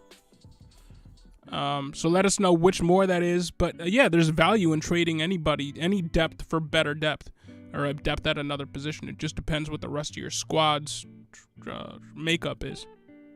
If it's DJ or honestly, it doesn't matter which more it is. You're not gonna get what you would have wanted from any of them when you drafted them, or where you drafted them, because they've all been disappointments. Yeah, but I mean, if it's DJ Moore and you can trade Dotson off a hot 2 weeks, I would do that, because you're running 4 deep at decent wide receiver a very good wide receiver. So I would, yeah. I mean, but if it's a lesser more Rondale or Elijah, yeah, I don't know how much you're gonna get for one of those guys. And then also on the flip side, I don't know how comfortable you are having one of those guys as your only wide receiver 4.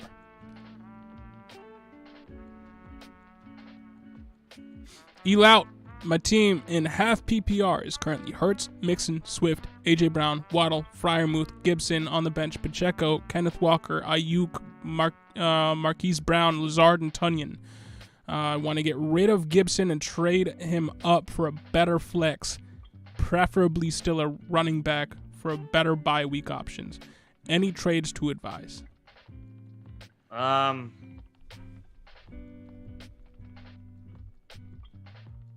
Brees Hall. Yeah. Devin just advised him that, and Judge. I didn't even see that. There you go. Great minds. Yeah, Brees Hall is going to be my buy low name, or my running back trade target name until further notice. And you might be able to do that 1-for-1, Gibson for Hall straight up. You might be able to do that. Yeah, he would be my target. He probably. Yeah, but he says he's taken. So.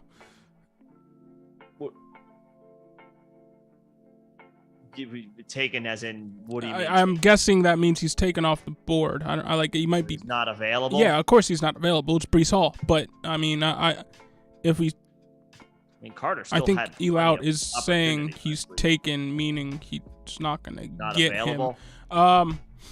I mean, how you can check in with the Derrick Henry owner because of how bad Derrick Henry has been through 2 games. Maybe you can trade Gibson and for an right now ailing Derrick Henry with the hopes that he picks it up mid-season. I mean, would you go down the CEH road? Or would you just roll with Gibson? Like I think if I offered Gibson for Clyde right now, I would be declined. Well, yeah, no, I'm saying Gibson plus. Like, yeah, you can do that. Look at the bench. I mean, you keep Pacheco and maybe you package Gibson and Walker or Gibson and if you have AJ Brown and Waddle and Ayuk and Marquise Brown, maybe Lazard and Gibson. Yeah, I would try something like that, but I wouldn't. Like, I would look at ailing RB1s that aren't getting it done right now, and RB2s that are overperforming right now that you can see continuing to overperform rest of season, or guys you expect to just be high-end RB2s in the Brees Hall mold. But I wouldn't try to do Gibson for a RB1 to 2 straight up because chances are you're not really trading up at the position. So I would package Gibson with one of your last wide receivers on your bench and really actually try to move up. If Lazard got a touchdown last game, package him with Lazard and really try to elevate your flex spot at the position. Don't try to, go for a 1-for-1 replacement.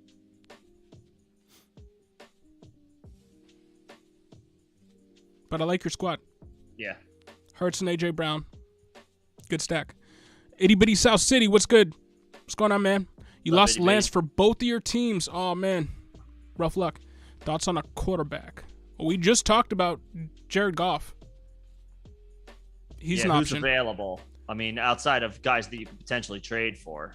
Somebody might want to knee-jerk reaction drop Carson Wentz if he got picked up week 1 or after week 1.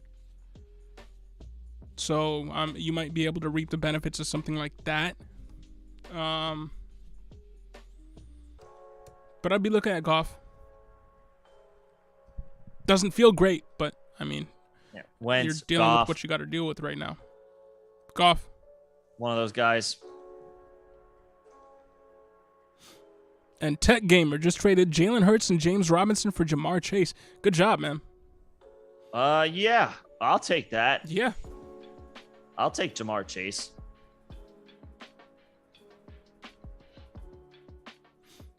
Yeah, I'm with that. Capitalize on some really strong performances from guys who were drafted way later than Jamar Chase. Yeah. Fine with that.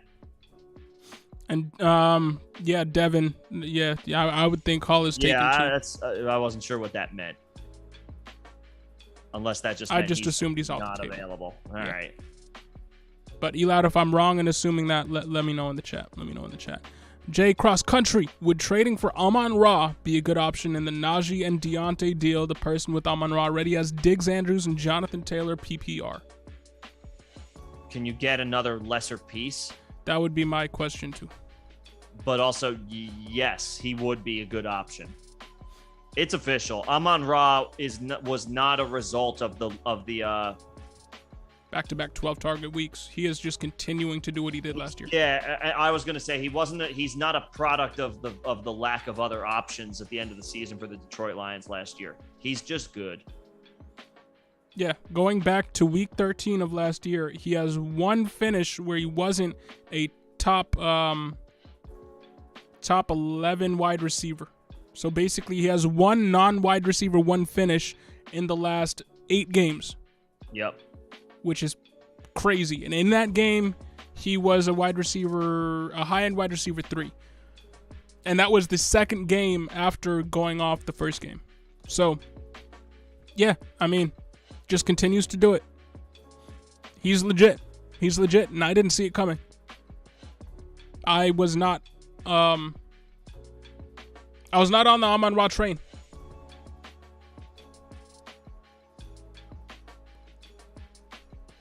But yeah. See if you can get more.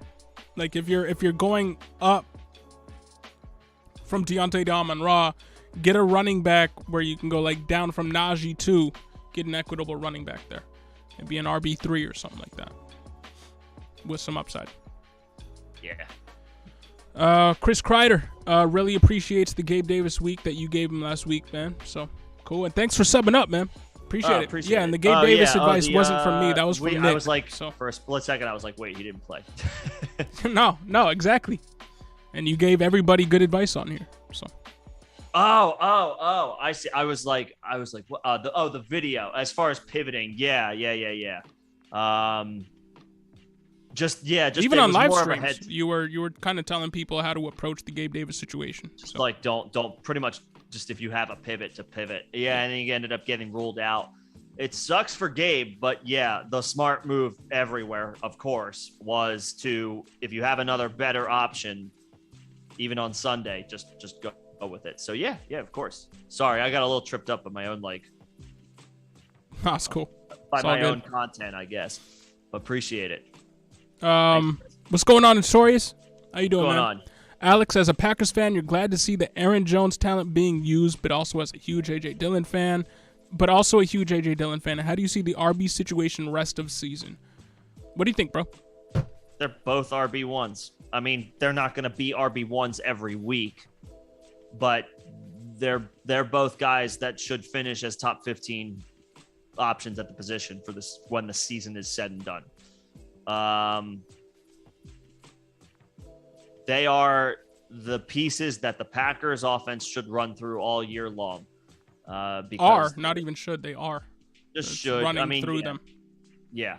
The Packers wide receiver core is mediocre at best. And unreliable at worst from a fantasy perspective. Could be like this Green Bay offense. I feel like it's kind of limited. I would be surprised if they had a respectable week this week going on the road against Tampa. And while you can't bench either one of them, I'm expecting floor games at best from both Jones and Dillon. That being said, you have to fire both of them up. Yeah, they're splitting the work 50-50 basically. And so, yeah, not one or both are going to fire every week. That's just, it can't work like that. Law of averages. But They're both very, very solid options with obvious RB1 potential weekly. So you just keep rolling both of them out. Rolling both of them out. Glad to see the Aaron Jones talent used as well. I'm a fan of his. So is Nick. But I mean, Dylan also got more work last week in terms of snap share than he did the week before. It just didn't show up in the box score. Mm-hmm. But right now, if you looked at usage-wise, snap share-wise, who is the RB1 on the season for the team? It's A.J. Dillon. There has not been a game through 2 weeks where Aaron Jones has had more of a snap share than A.J. Dillon. But they're both RB1s. Yep. Notorious forgot to put Gabe in IR. Ugh. Uh-oh. Chris. It's okay. It happens. Thoughts on Breece for Pollard? I feel like Pollard is better there, more worth keeping or Hall is better there, more worth keeping for down the line. I like Breece over Pollard too, but I think this might be the season where we actually see Pollard a little bit unleashed. I think with Zeke really looking sapped of all athleticism and Pollard looking better than Zeke pretty much on every play, I think this is the year we see a little bit more of Pollard than we have in the past, but edge still goes Breece. I think I would take See, I don't think Notorious says Pollard is going to be way more valuable. You see him taking over the backfield by week 8. I see Breece Hall taking over the backfield by week 5. Yeah. And I don't know if Pollard ever takes over the backfield with Zeke there. I don't think that is ever going to happen. But I think they can get to an A.J. Dillon, Aaron Jones-like split, in which case Pollard is a very viable RB2. I'd still go Breece.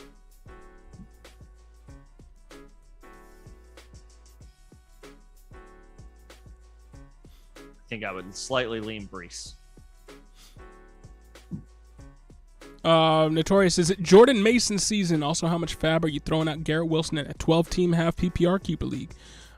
I mean, at Garrett Wilson, if I need him, I'm pretty liberal with my fab. I'm throwing 50 on him because if I want him and I need him for the next couple of weeks, I'm gonna get him on my squad because fab is imaginary monopoly money. And in a keeper league, it gives you more incentive to go after him because you can then keep him next season. So basically, how much can you stomach for him is where I'm at with it. Like, if you're not needing to fire him up within the next couple of weeks, I would still drop 25 on him. 25 to, I mean, that's probably going to be what it takes after a 100-yard, 2-touchdown week. You're going to need to drop 25 to 30 on him. Yeah, which I'm fine with. 22% target share over 2 weeks, and it doesn't look like that's going away, at least until Zach Wilson comes back. Well, right, and we don't know when Zach Wilson's gonna come back. Don't know. But is it Jordan Mason season? Too soon to tell. How much fab are you throwing at Garrett Wilson? To Nick's point, 25 if you don't need to start him, but if you need to start him, I'm willing to go up to half your fab. Just go half. Especially in keeper, right. Just get your if he's a keeper candidate for next season, just go and get him. Yeah. Depends on your team need, but a minimum of 25. Drew B, keep Ertz or grab Higbee, Irv Smith, or Logan Thomas. Keep Ertz. Just keep Ertz. Yep. Quinn Math, James Cook, did we mention his increased workload? He got that in garbage time. Yeah, they were playing got that. Case Keenum at quarterback against Malik Willis. It was basically a preseason game for the last 1/3 of the game. Quarter and a third of the game. Yeah. Cook remains off the radar in redraft. Yeah, he got 11 carries or turned it into 50 yards. That's good. The Titans had waved the white flag by that point, and the Bills did too. They were like, okay, we're done. Yeah. Yep. Yeah. And notorious Michael Carter way too involved in the pass game over Brees. I don't see that changing. They're going to be trailing 99% of the year. I see it changing. Yeah, I mean, Carter has had some pretty good pass game usage so far. But week one, and Brees Hall 9 targets. Yeah, he only had 1 last week, but it was a red zone target, and he turned it into a score. That's pretty clutch. Carter's has been involved as well. I think he had 7 catches week 1, so he's on 9 targets in his own right, and then 5 last week. Yeah, so no slouch, 5 last week. So he has out targeted Brees. Brees got the target where it counts though. So I do think that could flip flop. Carter's not going away, but Brees is the better player. Yeah, look at Brees' efficiency from just week 2. I mean, 7 for 50. 7 yards per carry, albeit only on 7 carries, so limited attempts there, but still. Yeah.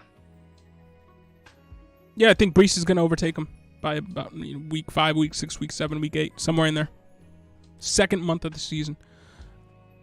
Alex Watts, you got James Cook. It was garbage time. He is talented, but is he going to get a role? I don't think he's going to get a role year 1. I think that's... His role is, fourth quarter mop-up duty. He mixes in. If there was one game where he was going to be involved in the pass game at all, it would have been this game down Gabe Davis. Yeah. We didn't see him at all. But...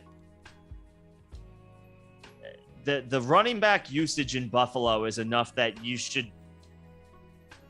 It's hard to trust anyone. With Zach Moss being healthy, it has completely stymied Devin Singletary, and that has also trickled down to Cook. And when he has gotten significant, meaningful touches in the game, he hasn't done anything with them. Not yet. Is this a nail in a coffin? No. It's hard to feel good about him right now. And as long as all 3 backs are healthy, none of them are trustworthy. Nope. Jaws, Dynasty last wide receiver spot on a short, restricted bench. Should I drop David Bell for Tyler Lockett or Jalen Tolbert? If you're competing this year, Tyler Lockett. If you're not, stay pat with David Bell. Yeah, stay pat with Bell. If you're middle of the pack or worse, then just keep Bell. But if you're looking at your squad and you have a shot to compete this year, go get Lockett. Or if you just started 2-0, just get Lockett. Yeah, if you're 2-0, hell, if you're 1-1 and you don't hate your squad, go get Tyler Lockett. But with Deshaun Watson coming back week 11, I'm not dropping David Bell quite yet. Even if on a short restricted bench, if I'm not really playing for this year, truly believe I got a contender, I don't know if I'm dropping David Bell for Tyler Lockett, who is 30 years old in his own right, playing with Geno Smith, coming off of a game none of us predicted. But if you're contending, pick him up. Chris, responding to TBG, notorious TBG, your buddy proposed trade to send Pollard my way. You might need to take it. Okay. Oh, you're getting Pollard? I think I would hold Brees. I would hold Brees too. I like Pollard. I think I would hold Brees. Yeah, you're going to need to be patient with Brees, but Brees has the higher ceiling. Yep. Alex Watts, PPR. Who will be the best wide receiver for the Packers rest of season? Watson, Lazard, Watkins, Doubs, or Cobb? Not Doubs, not Cobb. It's going to be Lazard or Watson. It's going to be a grab bag every week. Honestly, I think it's going to be Aaron Jones, but yeah, the best wide receiver is Aaron Jones. That's the answer. But out of those options, it's probably Lazard with a chance for Watson. I'd say 66% chance Lazard is rest of season the best wide receiver. 33% Watson is. Yeah. Xavier Dobbs, what a week. Yeah, man. What's up, fun. Xavier? What's going on, Xavier? What's going on, CXK? Dynasty 12 team Superflex PPR sent TDP and Rondale to get James Cook. Cooks is my RB4 right now. Thoughts? Yeah, that's good. That's good. But you can't rely on him this year. I like that trade though. I mean, to get Dynasty, Cooks, I like think I'm fine with that. Yeah. If it was if it was trading away Cooks, I wouldn't be cool with that because he does present a very good ceiling come year 2. But getting Cooks as your RB4 right now, very fine with that. Yeah. TPR, absolutely. Xavier Dubs, congrats on the 2-0. And Notorious, from what you've seen from Zeke, he's hit the wall. Yeah. We would agree. And Pollard does have way more juice, but that coaching staff seems dead set on continuing to play Zeke. Hopefully they'll move towards Pollard more as the season progresses, and hopefully it gets to the point where they're in basically a 50-50 split, like Javonte Williams and Melvin Gordon, like Aaron Jones and A.J. Dillon. But we got to get there first. Doug M, CEH, CD Lamb, or Cortland Sutton at flex. CEH or Sutton, depending on the Judy situation, I'm inclined to go Sutton. If Judy misses the game, Sutton's going to get hyper targeted. I'm going Clyde. This Broncos offense hasn't fired. What did Sutton do last week? He had a good week last week, bro. 16.5 PPR fantasy points, 11 targets, 7 receptions, 122 yards, and a rush. I'm going with Sutton if Judy isn't playing. CEH has been great, but I'm going with Sutton. Against the 49ers, Clyde is going up against the Colts.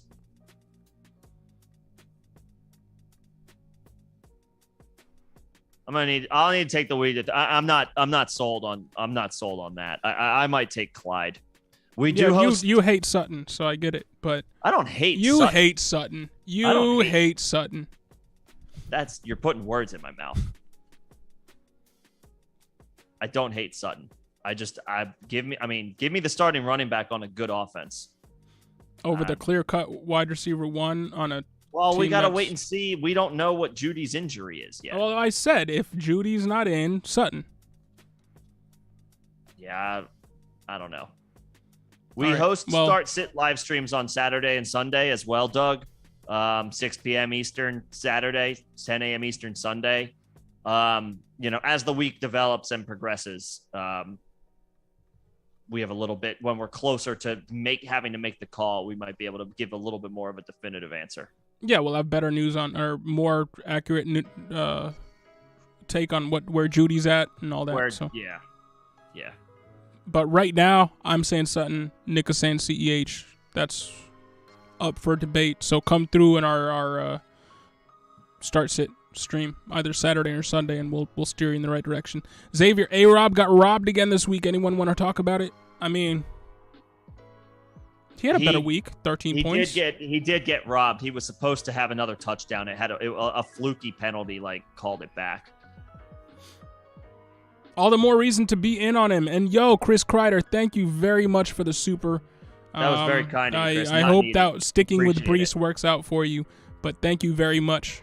Much appreciated, man. Appreciate it. I mean, it just comes down to Brees was a 4th-round pick. Pollard was a 7th or 8th round pick. And right now, I'm just going to take the draft capital in Brees's the redraft draft capital is in Brees's favor. And I think the tide turns on him eventually, as far as he gets even more looks in this backfield.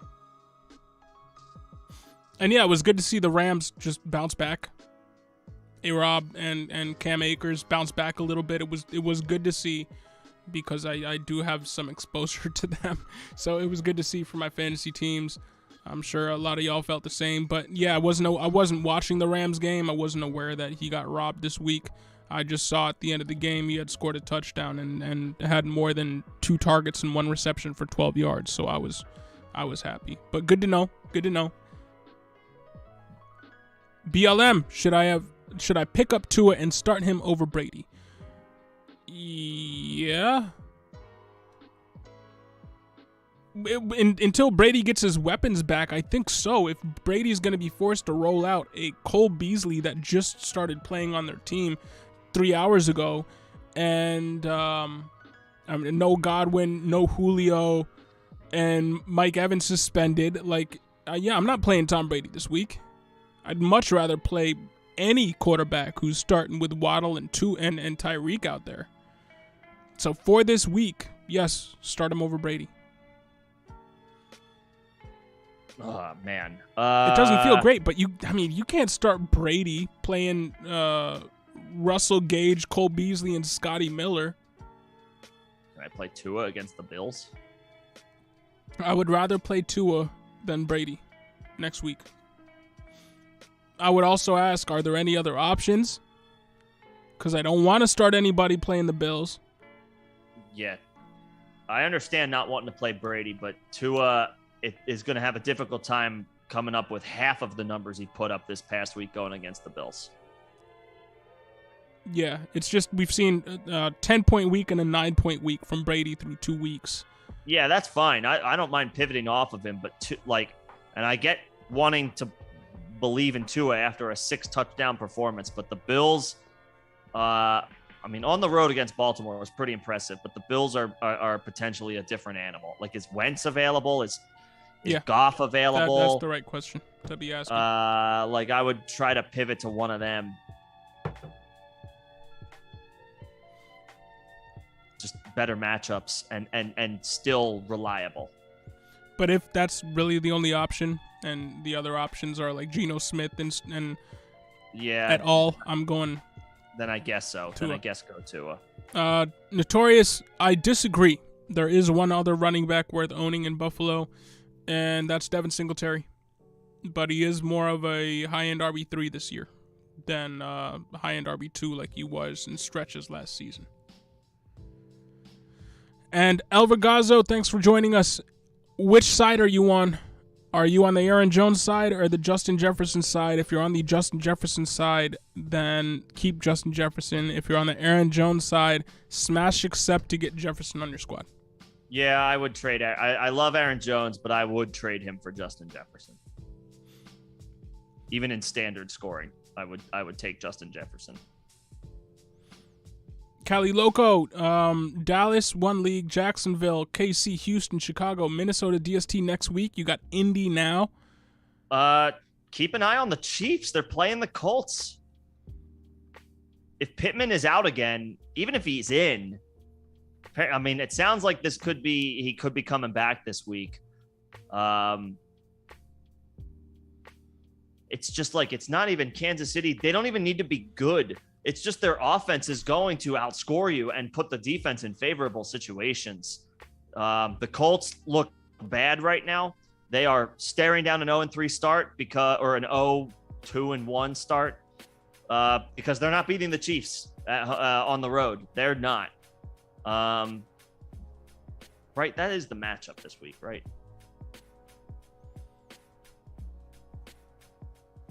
Yeah, the Chiefs are actually on the road. The Colts are the ones who are at home.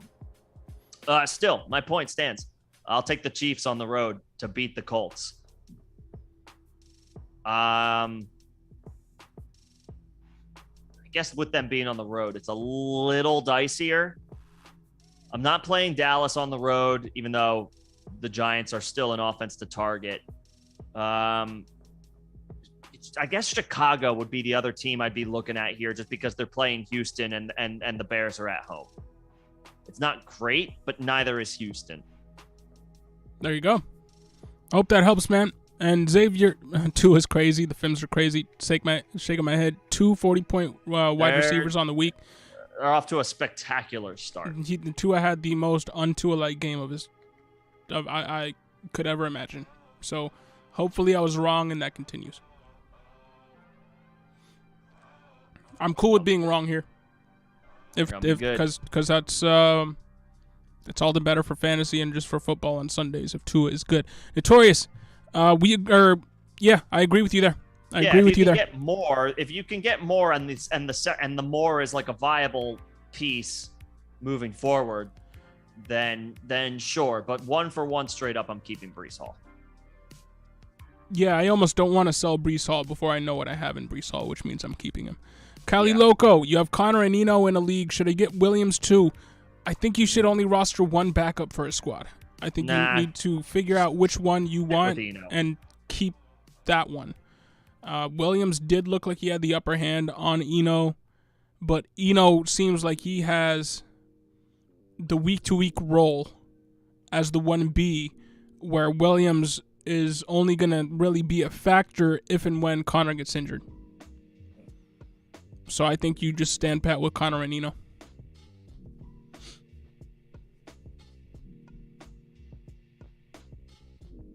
And Chris, he also has Elijah Moore, Sutton, Mooney, Pierce, Dobbins, and Dotson, aside from some obvious keepers like Eckler. I mean, if you can get... you're not going to get Dobbins. See if you can get Pierce back, too. I was going to say, I guess if you want, see if you can get Pierce. If you can get Pierce and Pollard for Breece Hall, that's a little bit more palatable. Or, and if you just wanted to diversify, even though we're not super big fans of this guy rest of season based off of what he does, what he's done through 2 weeks, if you want to diversify and take a stab on Pollard and Mooney, and you can convince the owner to do that, I wouldn't hate that, because honestly, Mooney he has to do more rest of season. Like I don't think him continuing to be phased out of the offense is really even really in the realm of possibilities for this Chicago offense. But either one of those I would go for. Pollard and Mooney, Pollard and Pierce.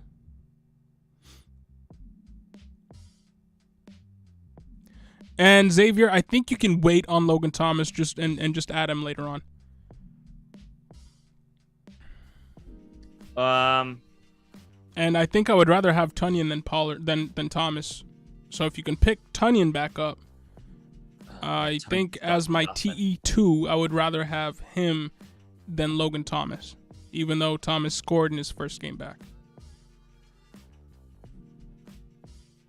I think I might actually, if you want, just pick up Logan, just drop Albert O. If you want Tunyon and Thomas? Drop both Tunyon.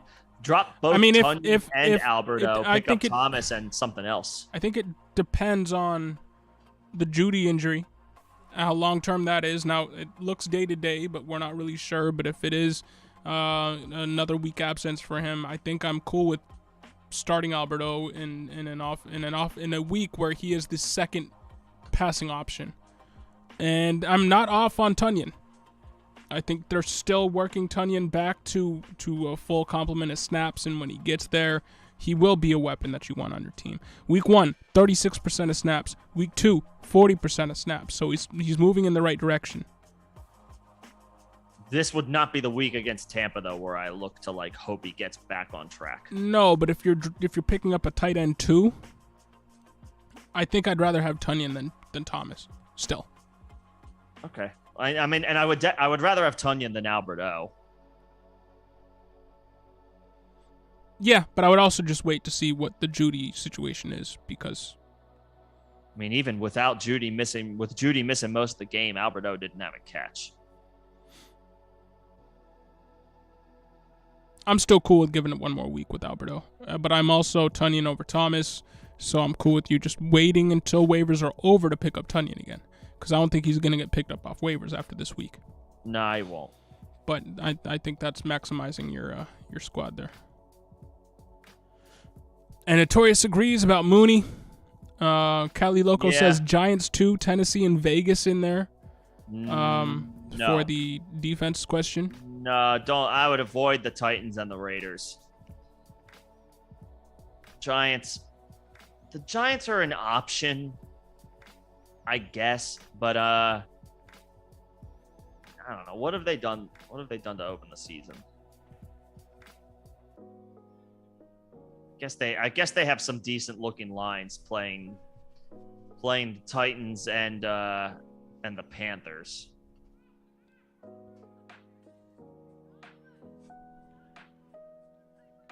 They had 3 sacks in 2 games. They've 3 fumble recoveries in 2 games. Yeah, I mean they're putting up some numbers, I guess. I guess the Giants are an option against the the Cooper Rush led Cowboys who are on the road. I guess the Giants are an option. There you go. Gianni Video, what's happening, man? Welcome to Fantasy Football. They want Antonio Gibson for Brandon Cooks, passing yards 35 yards per point, touchdown 7 points, receiving yards 10 yards per point. So it depends. Put your whole squad in the chat, and we can help work this one out for you. But welcome to Fantasy Football, and I'm glad you chose this YouTube channel to help you with your weekly questions. Hope you stick around, but throw your whole team in the chat, and we can have a larger discussion about it. So we steer you in the right direction. Hopefully, stick around. We see that there are lots of questions in the chat. We will get to everybody. Yeah, let's start moving through these a little faster. Yeah, we got Xavier Dubs. Bucks put up 25 points this week. They are up there with Bills Mafia, but the Bucks is just not firing like the Bills. Just talking defense. Yeah, they put up a good week. Yeah, it's a top 2 or 3 defense. Top 2 or 3 defense. So if you have them, you don't need to roster 2 defenses. And Notorious is helping out Xavier, much appreciated. Elout says welcome to Fantasy Football too. So yeah, there you go, Gianni Video. Always. Yeah, I'm glad you're checking out the fantasy sport because it's a lot of fun. And there you go. Pollard and Mooney, try it out, Chris. Yeah, see if you happens. can make it work. That I guess I could be a little bit more on board with. Quinn, you says you love Algier and you hope he pans out. I hope he pans out too. He's going to be there. It's some tough matchups on the slate coming up. They do get Seattle this week, but then I think they get Tampa, they get Cleveland, I think they get San Francisco. Just like a tough stretch of games for him to make an impact. He could. It's always easy rooting for guys that are drafted 5th, 6th, 7th round. Hopefully he can come through. He's got some rough sledding coming up, though. From a prospect standpoint, 5'11", 221 pounds, and ran a 4.6. That is basically exactly the same profile as Alexander Madison. So he does have some upside there. He's not the fastest guy, but he's larger back. Maybe he nails down the goal line work. I just don't see in this offense him doing all that much, considering at best he's in a 2-way committee until Damian Williams comes back from IR, and then he's in a 3-way committee for the rest of the season. So I hope he pans out too. I just don't know. Yeah. And Xavier, you put full PPR in there, Hunter Henry, Conklin, and Ingram.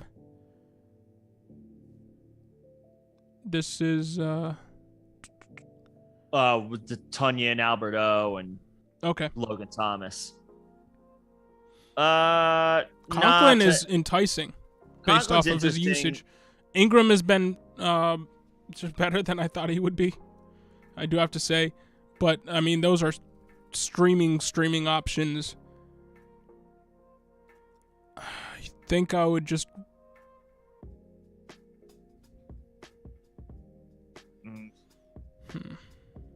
I think I'd roll with Alberto and pick up Robert Tunyon for one more week.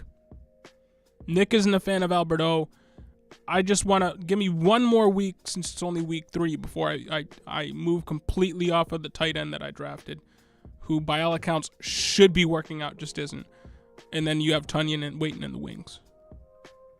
Those other guys, Hunter Henry's enticing, but you're paying for last year. I don't know even what he's done this year. Conklin's usage should change as soon as the quarterback does, and I never want to be in on Evan Ingram.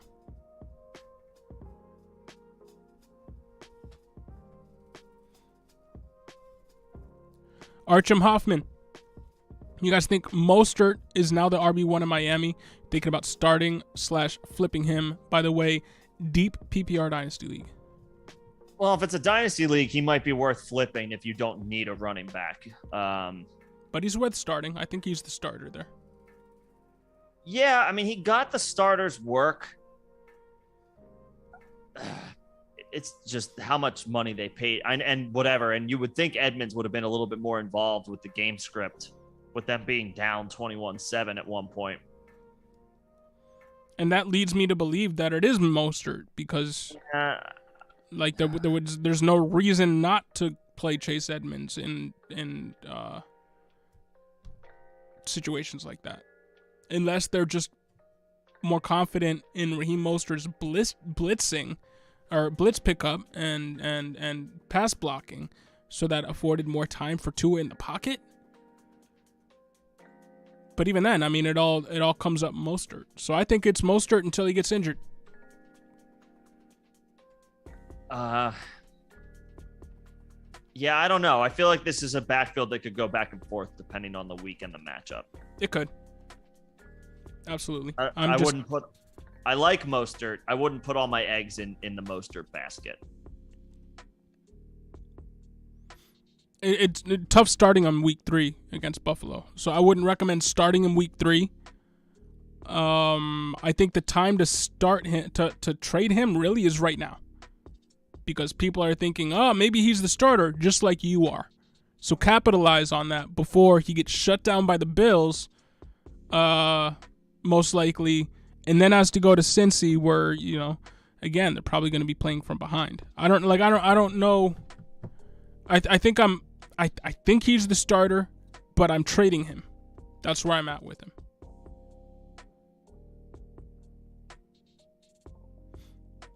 Yeah.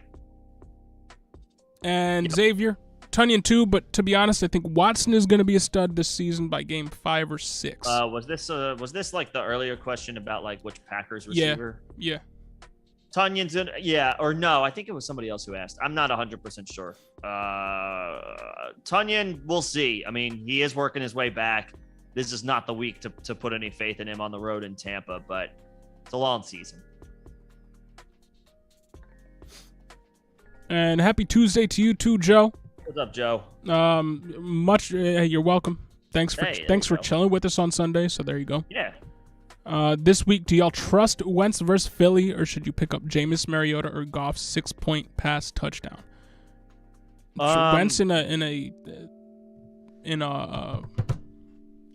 revenge game narrative. I think it's either Wentz or Mariota or Goff for me, and it's a double revenge narrative though.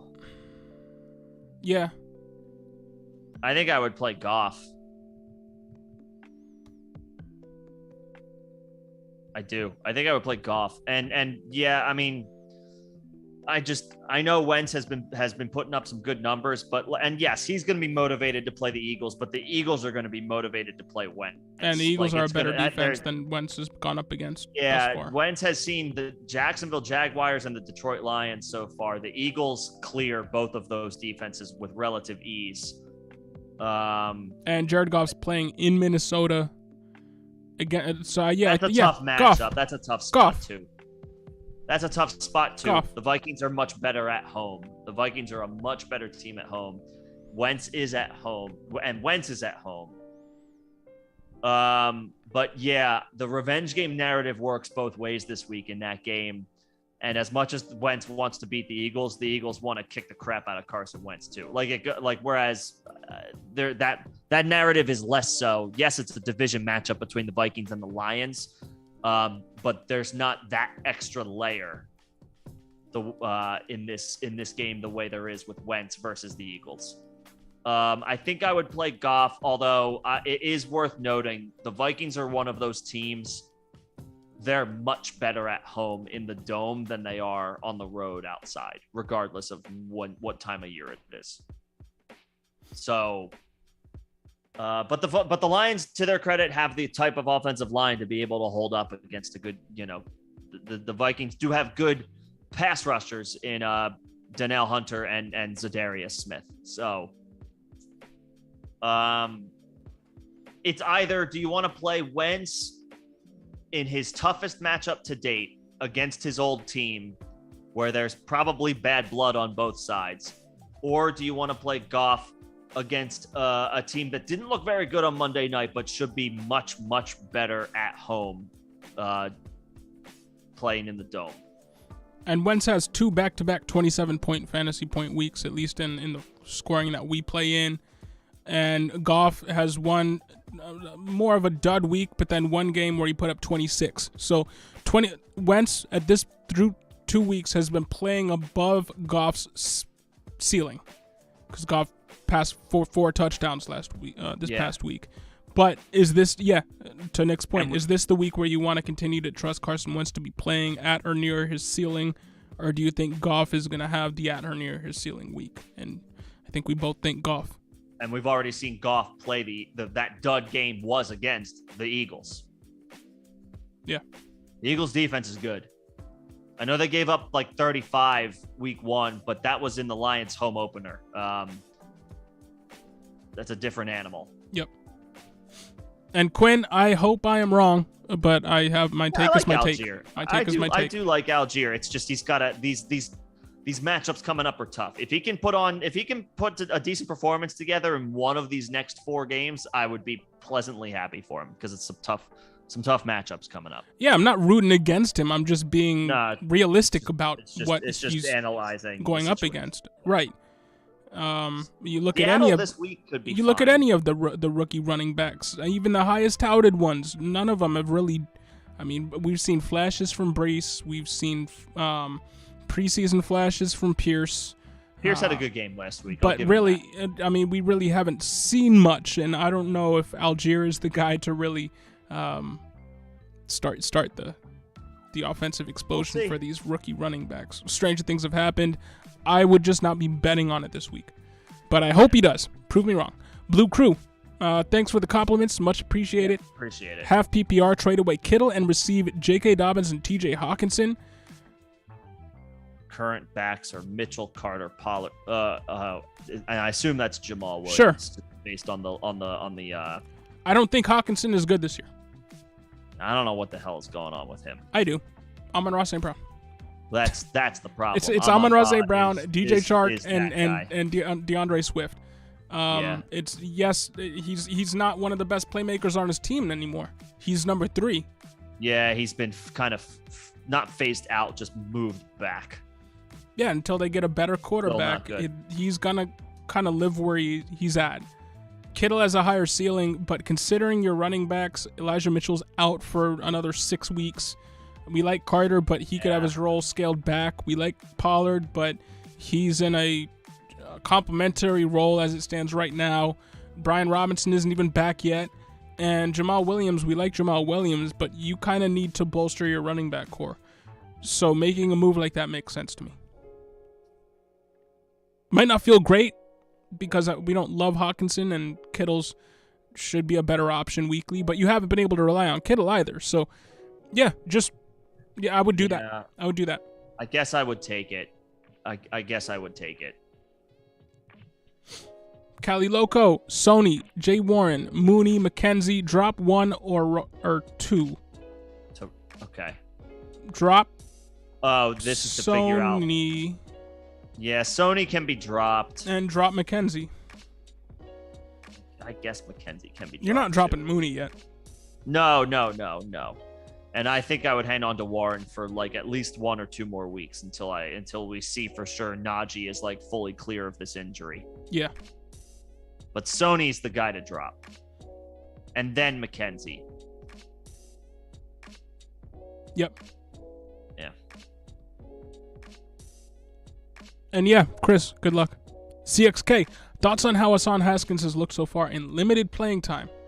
I mean, it's kind of unfair to judge him against the Bills, but he did get above 4 yards per carry while playing 50% of the snaps against the Bills. Now, 9 attempts for 37 yards. All the starters were out. Yeah, but he looked okay. Incomplete. It looked so far like if I had to, incomplete. We don't. I mean, we don't know. It was that fourth quarter was a preseason. Without Dontrell Hilliard. Yeah, remember that fourth quarter was a preseason game last night. Yeah, or was essentially preseason action. But you got to remember, he's their RB3. Yeah. Nice that he got in and got some experience, got some opportunities in there, but like that's about it. I mean, I'm not picking him up in 10 and 12 team leagues. I'm probably not even in a 14 team league. I'm probably not picking him up. He got one touch in meaningful game action in that game. Just thoughts. I mean this in the most like non-demeaning way possible. I have none, because we saw him in what amounted to preseason work last night. Not his fault, but also to that point, that's when he was getting his run, when the game was over. Yeah. So I don't know. I mean, he's gonna go back to the RB3 role. He looked fine. Yeah, he's not somebody not, I'm technically holding my breath on. Yeah. Xavier Dubs, waiver priority is 5, and some of the top guys never use their claim. We play in a few leagues like that too, so it won't use it all season because they stick with their team all year. Yeah. All right. I'd still advise sticking with Alberto and going with Tunyon. Notorious thinks Logan Thomas is going to be a top 10 tight end this year. He might. I mean, he's off to a really good start. Yeah, he's the tight end 9 through 2 weeks. But remember, no Kittle. Kyle Pitts hasn't fired yet. Right. And we expect that to happen. Yes, Logan Thomas has been decent through 2 weeks. It helped yesterday that he scored a touchdown. Had he not scored a touchdown, he would have had a worse score than he did in week 1. He's 31 years old, coming off an injury, playing in a pretty loaded team when you really think about it. And Brian Robinson's going to come into the fold. But they have Antonio Gibson, J.D. McKissick, Jahan Dotson, Terry McLaurin, Curtis Samuel. I mean, Logan Thomas, I think there are going to be weeks where he gets lost in the shuffle of that offense. But Carson Wentz loves to throw to his tight ends, so maybe he continues to have red zone viability all season. So it could happen. I just still think Tunyon has a better path to fantasy relevance once he starts getting 100% of the reps.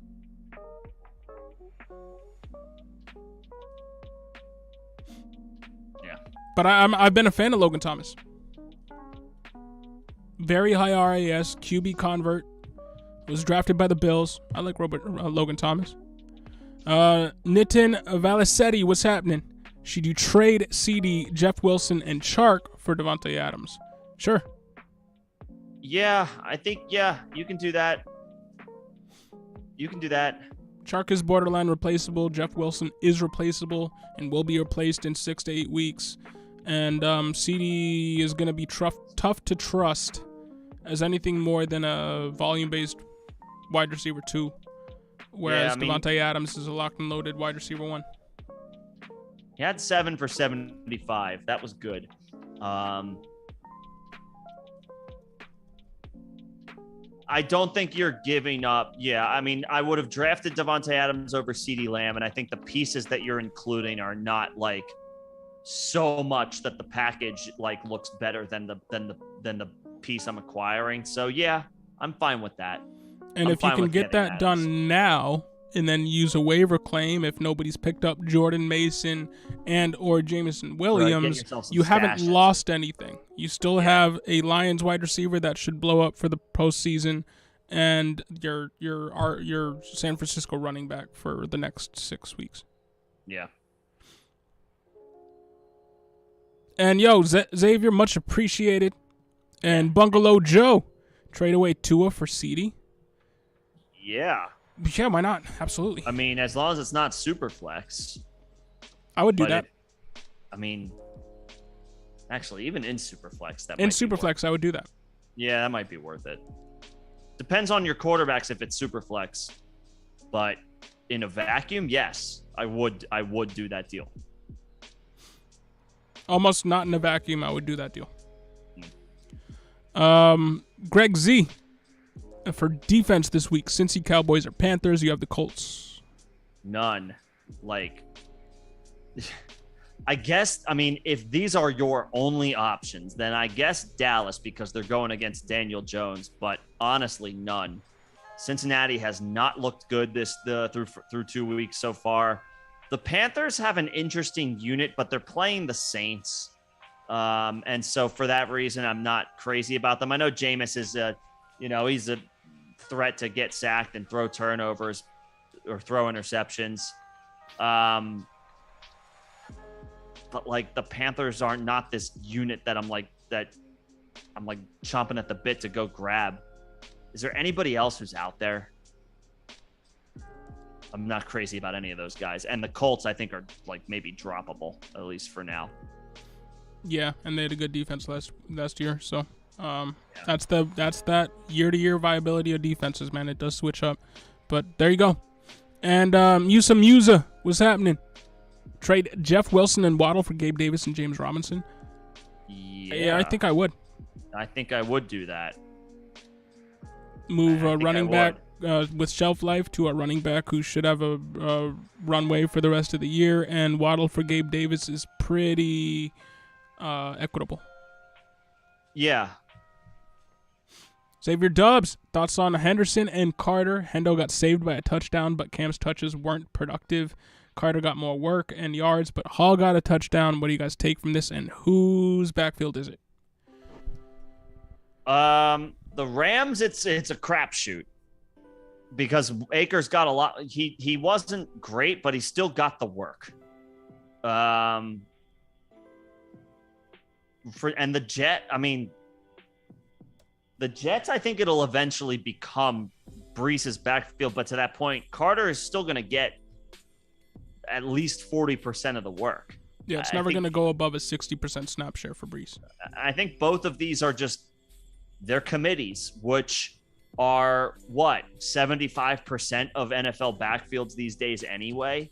They're committees. For the Rams, it might swing back to Akers as the guy that you fire up and Henderson is the change of pace guy. Maybe. I don't know. And then as for the Jets, I think right now, I think both of the running backs are startable. They both look pretty good. Yeah. I mean, at the rest of season, there's a chance that Cam eventually unseats Hendo. And rest of season, there's a large chance that Breece supplants Carter. Yeah. But right now, they're committees, just as Nick said. So they're just kind of 50-50 splits weekly on average. And Archim Hoffman, thoughts on CEH? You were thinking of offering him for CeeDee Lamb, maybe plus something extra to sweeten the deal. Okay. I mean, I don't hate that. I don't hate that.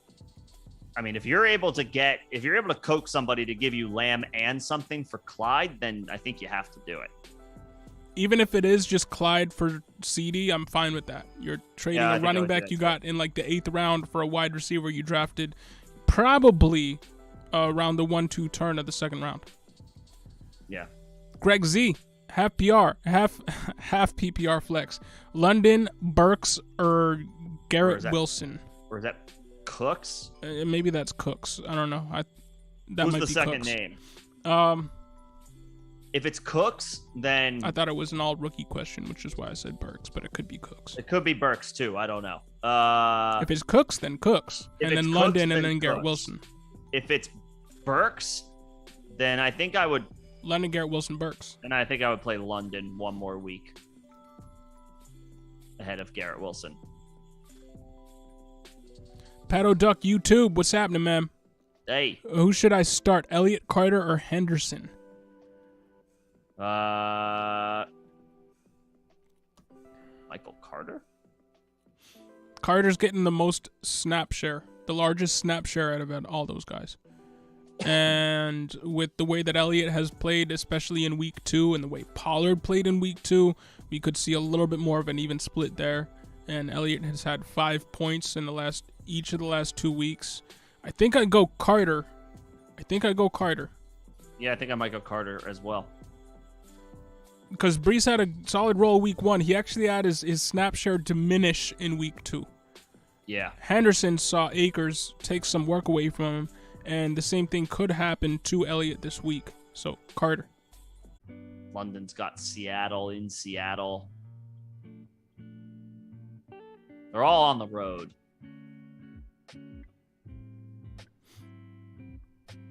I might say London. Cooks.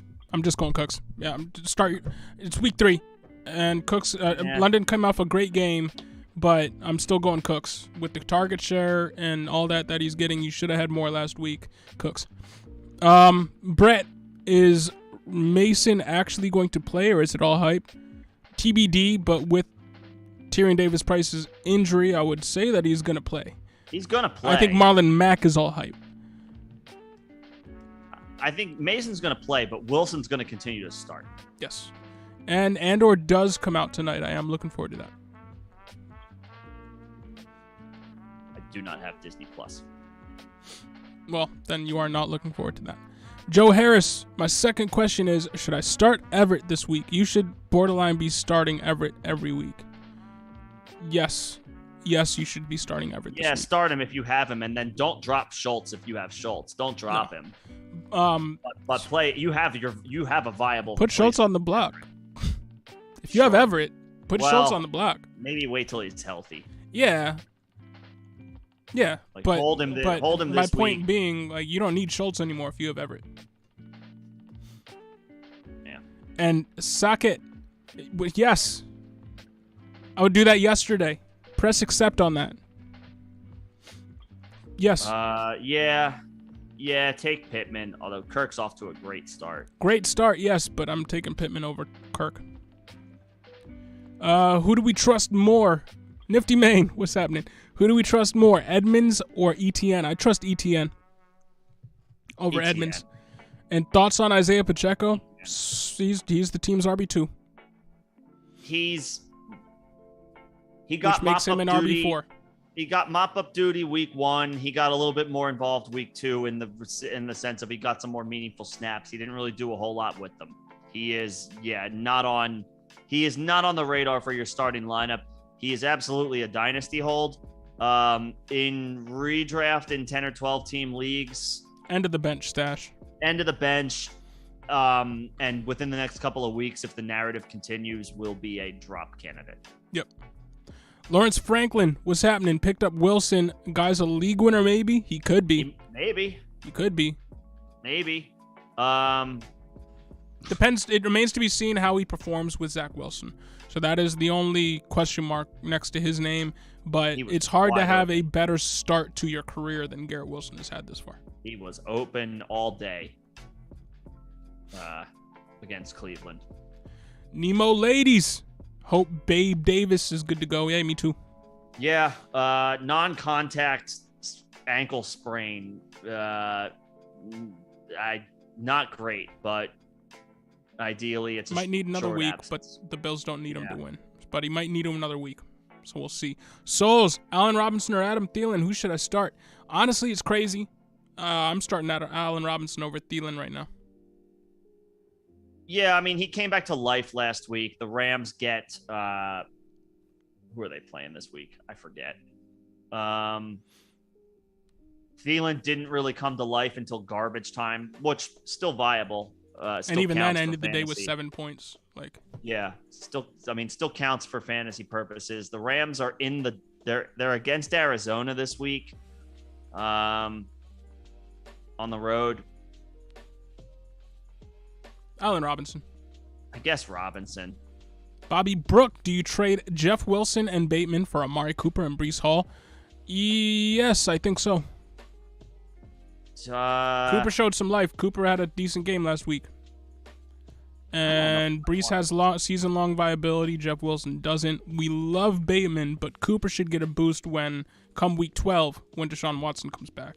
So if you think that your team is good enough to continue to just hold on, I would make that trade. If you think your team is playoff bound, I would make that trade. Could you give up a lesser wide receiver? I mean, ultimately, I guess I would do the deal, but also, Bateman's ooff to a great start. Yeah. I mean, a better running. I mean, Amari Cooper, feels like 20-point week. Yeah, 10 targets, 9 receptions, 101 yards, 1 touchdown. Pretty damn decent. Brees is a buy low candidate right now. He's not like I don't know. This is not like an auto smash for me.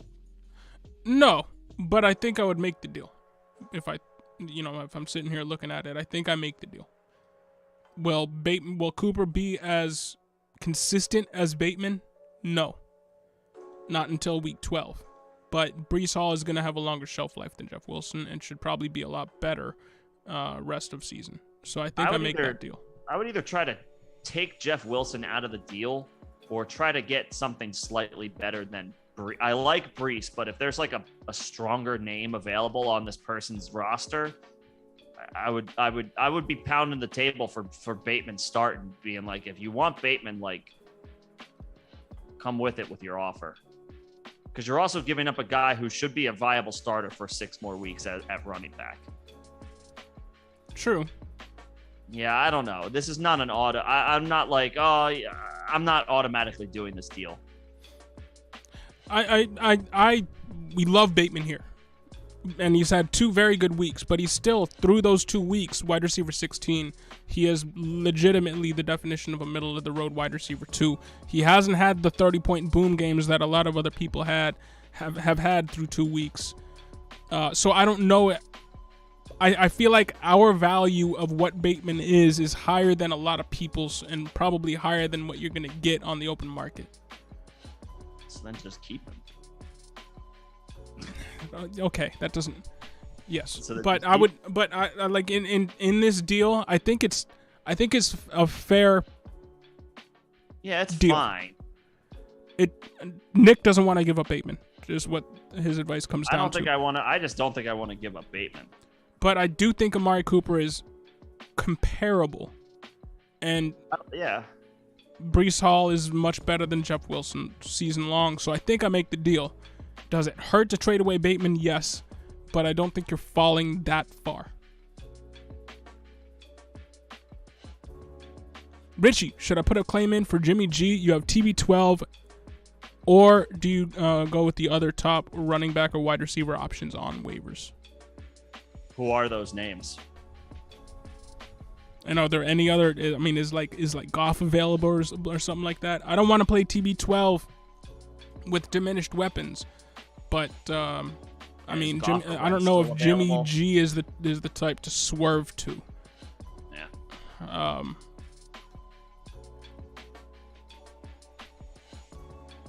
Yeah, I just don't know if Jimmy G is the QB to swerve to. If you look at his point totals, even last year, he has 1 game last year where he had more than 20 fantasy points.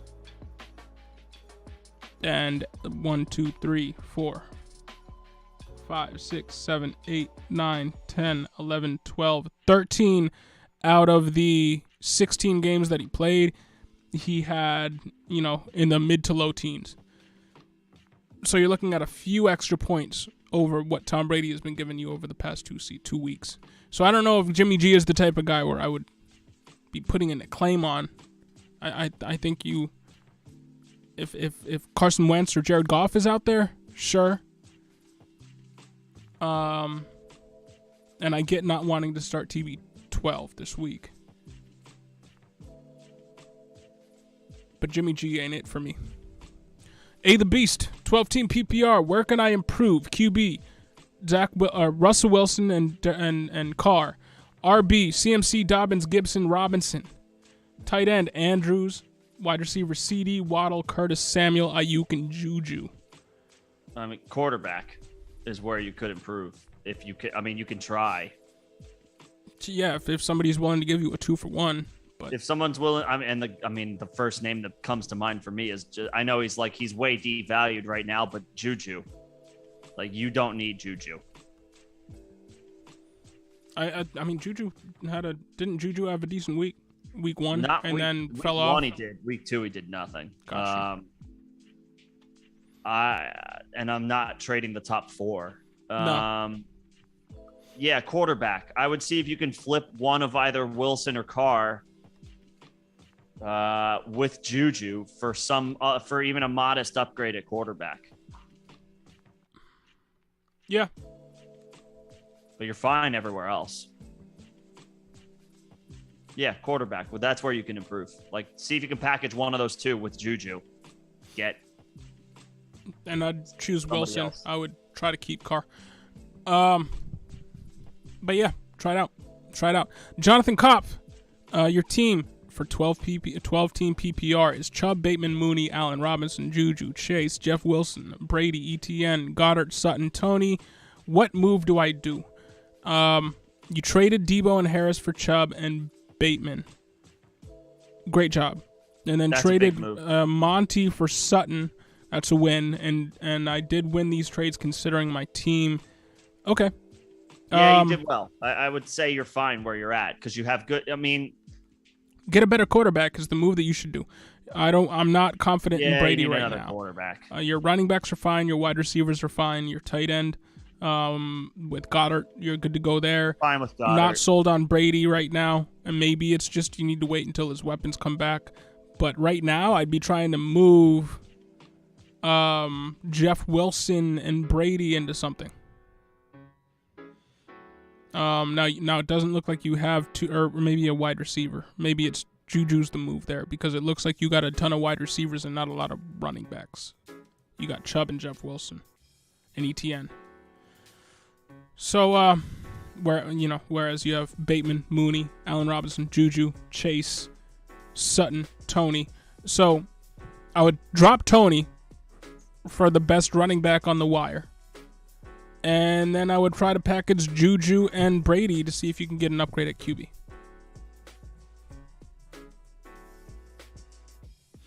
Archam Hoffman, pick 3 to start. Bateman, Ayuk, Garrett Wilson, Josh Palmer, Jarvis Landry, Chase Claypool, or Jordan Mason. Bateman for 1, and then Ayuk and Wilson. I think it's your first 3. The first 3 names. Yep. The first 3 names. Brett, what's up with Kyle Pitts? I figured Mariota would be peppering him with passes. Yeah. Well, what's up with Pitts is he's not. That's what's up with Pitts. They haven't been throwing him the ball. That's a scheme issue. That's a coaching issue. Mariota he still has all the talent in the world. Doesn't seem to be looking for him. But I would not bank on that continuing. Like, they need to course correct in a big way to get him involved. There's no reason to believe that won't happen at some point. He's their best player. And Patty, what's going on, man? Good to see you. Should you try and trade Kamara? I think you should try and trade for Kamara. If your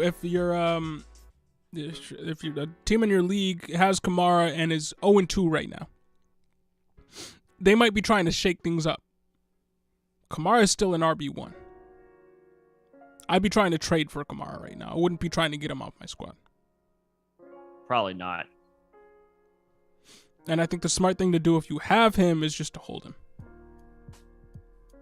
Yeah, I mean, his value is pretty low right now. He had a bad week 1 and he didn't play week 2, and it doesn't sound like his odds for week 3 are currently out of the woods yet. I would just hold.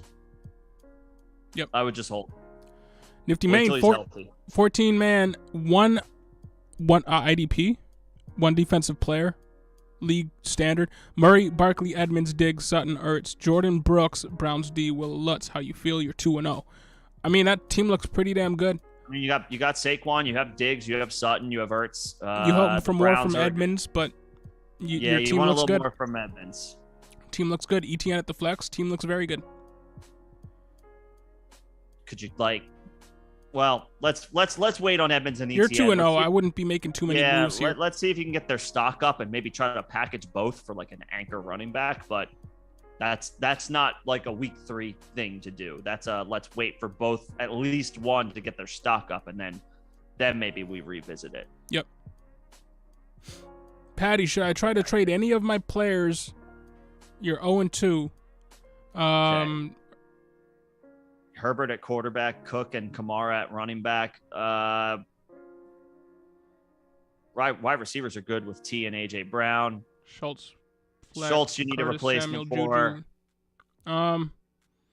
Trade away. Yeah, if you can trade Juju and Lazard and do a better option get somewhere. A running back.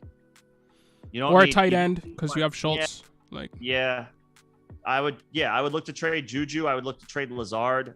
If you can move those guys into Everett, and then you have a stack with Herbert. Sure. Yeah, could you turn Juju into Everett, or and then I don't know, turn Lazard into like a depth running back, something like that.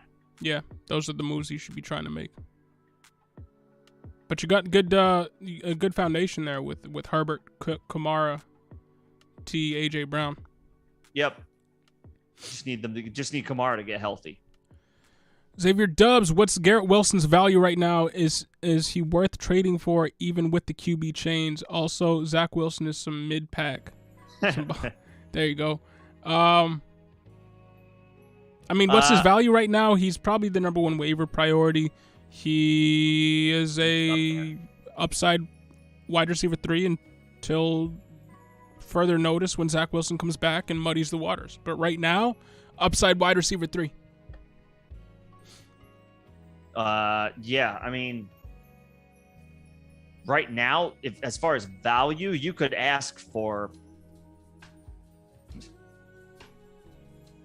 You could package him with another name for, say, like a Kyle Pitts, or you could try. That would be in Wilson plus something else that is also doing well. And like, to be fair, yeah, for Pitts, like Wilson's stock is super high right now. That's it. I mean, he had 100 yards, 2 touchdowns after a not bad week 1. No, he's through the roof right now. Yeah. We should be talking about Olave's 13 targets. We should be talking about Drake London's 12 targets. But most of the world is talking about Garrett Wilson right now. And deservedly so. Yep. Andrew, yes. To both. No. But it depends on need. To me, I think I'd be going after Gerald Everett because he seems like the safer long-term option. And is already... Herbert. He's like Wilson, we talked about it a lot this live stream. His value is going to get upset whenever Zach Wilson comes back into the fold. Everett is just the guy. It's just attached to Herbert. I mean, yeah, if you have Kelsey or Andrews, then Garrett Wilson. But if you've got anything else at tight end, then Everett. And that might include Kyle Pitts, at least for now. And Xavier Dubs, is Jahan Dotson worth trading for? Just as a flex, I have Pittman, A-Rob, D-Hop, and Marquise Brown and Bobby Trees full PPR. Yeah. With that wide receiver core, you don't have D-Hop until week 7. Bobby Trees isn't somebody you can rely on, and Pittman's out right now. So yeah, Dotson in your situation is worth trading for. Are we going to expect? You're going to give up a lot. You're going to have to give up a lot, and are we expecting him to continue the touchdown run he's on? Probably not. Considering, just like in the Logan Thomas discussion, there's a lot of mouths to feed in this offense. But I do think you need to make some sort of move, because right now you're starting Allen Robinson and Marquise Brown and Bobby Trees. And if you're going three wide receivers deep, that could get tough if your wide receiver 3 is Bobby Trees, or even if your flex is Bobby Trees. So I am all for getting a better flex option. I like Jahan Dotson long term, but I don't know if we should continue to expect the production run that he's been on through 2 weeks.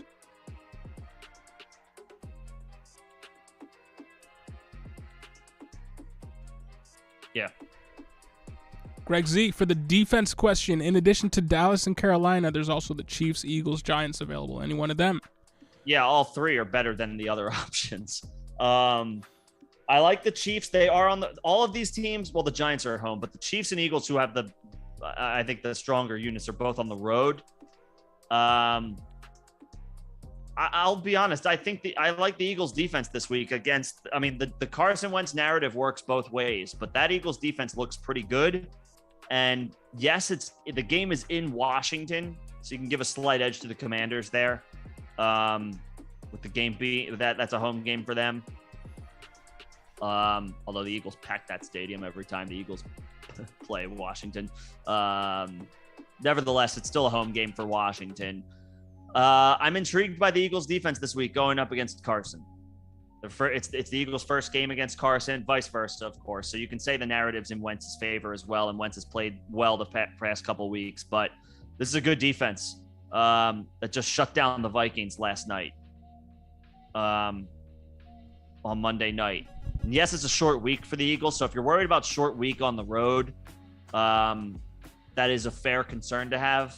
The Chiefs have 10 days off before going on the road, so maybe the Chiefs are a little bit more rested defense, and the Colts, of all of these teams, looks like the worst offense right now.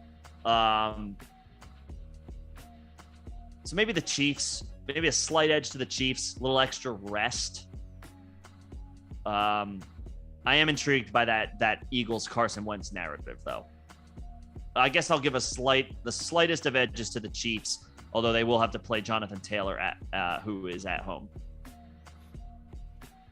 There you go. And just so you guys know, I am kind of going to be rushing through these because I have work to do scheduled at 9:15. I told somebody at my job that I'd be working on their server after hours at 9:15. We're almost at the end coming up on 9 right now, so I am going to just kind of run through these last ones real quick. We're almost at the end here. We appreciate everybody's patience. And if we do not get to something, you can always join our Discord. Third link in the description of this video. Evergreen invite. Absolutely. Xavier Dubs. Yeah, A-Rob looked good last week. I hope it's a sign of things to come versus just an outlier game. Yep. 7 down, good to see you. How should I get rid of Pitts? Well, you shouldn't.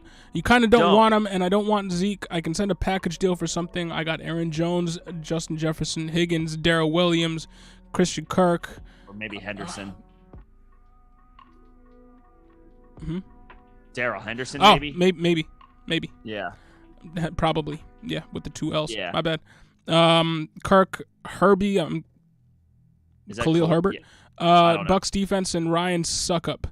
I mean, I wouldn't try to get rid of him. If you do want to get rid of him, and because you're sick of how it's working out, then go balls to the wall and get one of the top 2 options. I was gonna say, is that Christian Kirk? Is Kirk Christian Kirk? Then trade Pitts and Kirk for Kelsey. Screw it. Go, like you said, go balls to the wall. Yeah, if you're fed up through 2 weeks of waiting on Pitts, then go and get a tight end 1 or the tight end 1 overall or tight end 2 overall. Yeah, and don't play around with it, right? Yeah, I wouldn't sell Pitts for a lesser player plus something, or if you could do Waller straight up, I guess that would be fine too. Outside of that, I'm not moving Pitts. I am not giving up on him. No, if I'm moving Pitts, it's to move up to get one of the 2 guys ahead of him. It's not to move back and play games with depth. That's not what I'm trying to do. Waller's an option as well, but that's it. Yeah. That's literally. Brett, any chance OBJ or Antonio Brown gets signed by a team soon? Antonio Brown, no. OBJ, you're probably waiting 6 more weeks till that happens. Beckham, maybe. AB, I think that ship has sailed. Jonathan Kopp traded Dotson yesterday for Mooney. No, that's fine. That's fine. I know it feels weird right now because Dotson's been the one who's actually produced and Mooney has done next to nothing. But Mooney was the one with the 5th or 6th round ADP. It could very easily turn around come week 3. Yeah. It's not pretty. It doesn't look good at all. It should not stay that way. So, Greg, yeah, you're fine. Greg Z, best rest of season PPR stash. I think it's Ken Walker. Walker easily of this group. Yep. Walker. Kyle Singer, Montgomery, Hunt, Patterson, pick 2. Full PPR. Hunt is in there for me. It's one of the, and then Patterson should be. I mean, Montgomery gets the Texans at home. I think it's Montgomery after what he did last week. I think I play Montgomery. Patterson did not have a good week 2. Montgomery did, and he 122 yards. Pretty good. Against a decent defense like the Packers. I think it might not be pretty, it might not be flashy, but he gets you the yards. Yeah, he gets the yards. So I think Montgomery and Hunt. Montgomery and Hunt. Xavier, is Corey Davis a waiver wire ad? Drop Bobby Trees for him? Yes. Yeah, do that. Yes.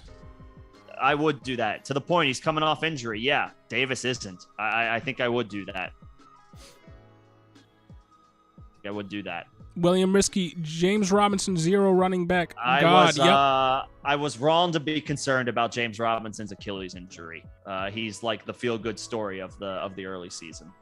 Yeah, it's great to see him doing what he's doing out there. Yep. Coming off that injury. Real good. Yep. Real good. Hey, Rojo. Sorry, man. Hey, man. Hey. These streams doing this with everybody is the highlights of my week, but also we need to. It's also going on 6 o'clock over there where it's going on 9 o'clock over here, time difference. So it is a little different. Appreciate this. We do appreciate doing this though. Yes, absolutely. A lot of fun. Absolutely. Hurts looks like a boss. Hurts looks awesome. Hurts looks like I was not expecting Hurts to look this good. Huge strides. Straight up. Far. Looks great. Jonathan Kopf, only running backs on waiver wire right now are McKinnon, Moss, Bolden, Benjamin, Rashad White, who you dropped. You're 0-2. Forgot to say because you started Taysom over Goddard. Dude, okay. I would not have advised on that. No, but what running back should you target? Benjamin or Rashad White? Yeah, one of those two. Anthony S. Trade Curtis Samuel and Najee for Kelsey. You have Schultz. What are your other running backs? I mean, it's a fair deal, but I don't want to do that. Because you have Schultz and love Kelsey, but you're trading probably your RB1 and probably a decent flex play for your tight end 1 when you already have a tight end who just happens to be injured and it looks to be only a 1-week injury. Schultz hasn't lit the world on fire, but I'd rather trade for an Everett. To be honest, if I'm not going, it's hard to say I'd rather have anybody but Kelsey, but for the price, I think I'd rather have some other options. Unless you're in a position where you have Pitts and you're trying to upgrade. I don't know if I'm selling the farm for Kelsey like that. Yeah. Now, going from your first-round pick and a free agent pickup to somebody's, first-round to second-round pick, depending on where they were drafted, the value is technically there. But Curtis Samuel has solidified himself as a wide receiver 3 at least. And Najee, he's still an RB1. And you still have a tight end 1 in Schultz. So I just... Could you trade Najee and Schultz for Kelsey? Yes. See, yes, try to do that. Could you trade Najee and Schultz for Kelsey and just sell the fact that you're getting a tight end in return in Schultz? Keep Curtis. I would do that. Try that. That's a good I want Travis Kelsey if he's on the block in some way, shape, or form. Yeah. If you could do Najee and Schultz, Anthony, then I would do that. And Patty, what are some depth players you can get in exchange for Schultz, Juju, Lazard, Penny, Edmonds, and Woods? Patty, I would say join our Discord if you're not in there already. I don't know if you are. Could be a little easier to crowdsource a question like this, and also give us some time to be like, I'm looking at this guy or this guy wants that guy. Throw your team in there so we can get a better idea. There's 5 or 6 names there, and we want to help, but what guys to target? I mean, you're talking about 300 different players. Yeah. Join our Discord. Third link in the description of the video, and maybe it's something that we could talk through, not just with us, but with other members of our community. Yep. And I'm really going to go quick here because I do have to run because I have work to do. Greg, edge to the Chiefs over the Bears. Just a better situation. There you go. And Carew Bell, good to see you. Yes, sure. If you can trade for Kittle on the cheap right now, yes, his stock is up with Jimmy G back in the mix. But not up as high as it should be because he hasn't been seen at all yet. He hasn't played. So yeah, give up a wide receiver 2 if you need to. And Caleb Tubbs, this is another one of those moves where it's or one of those questions where We're gonna advise that you do like we advise Patty. Just join our Discord, throw your entire team into the chat, throw some players' names that you're interested in, and then we can have a larger discussion about it. I mean, I would say in the surface, like, you want a better quarterback, but also there are pieces here that we would have to talk through as far as who you would move. Yep. Maybe one of those running backs. But yeah, the Discord is a good spot for that. Yep. Third link in the description, and throw your whole team in there, and we'll talk about it. Legends clips. Should I get Joe Mixon and AJ Brown for Jamar Chase?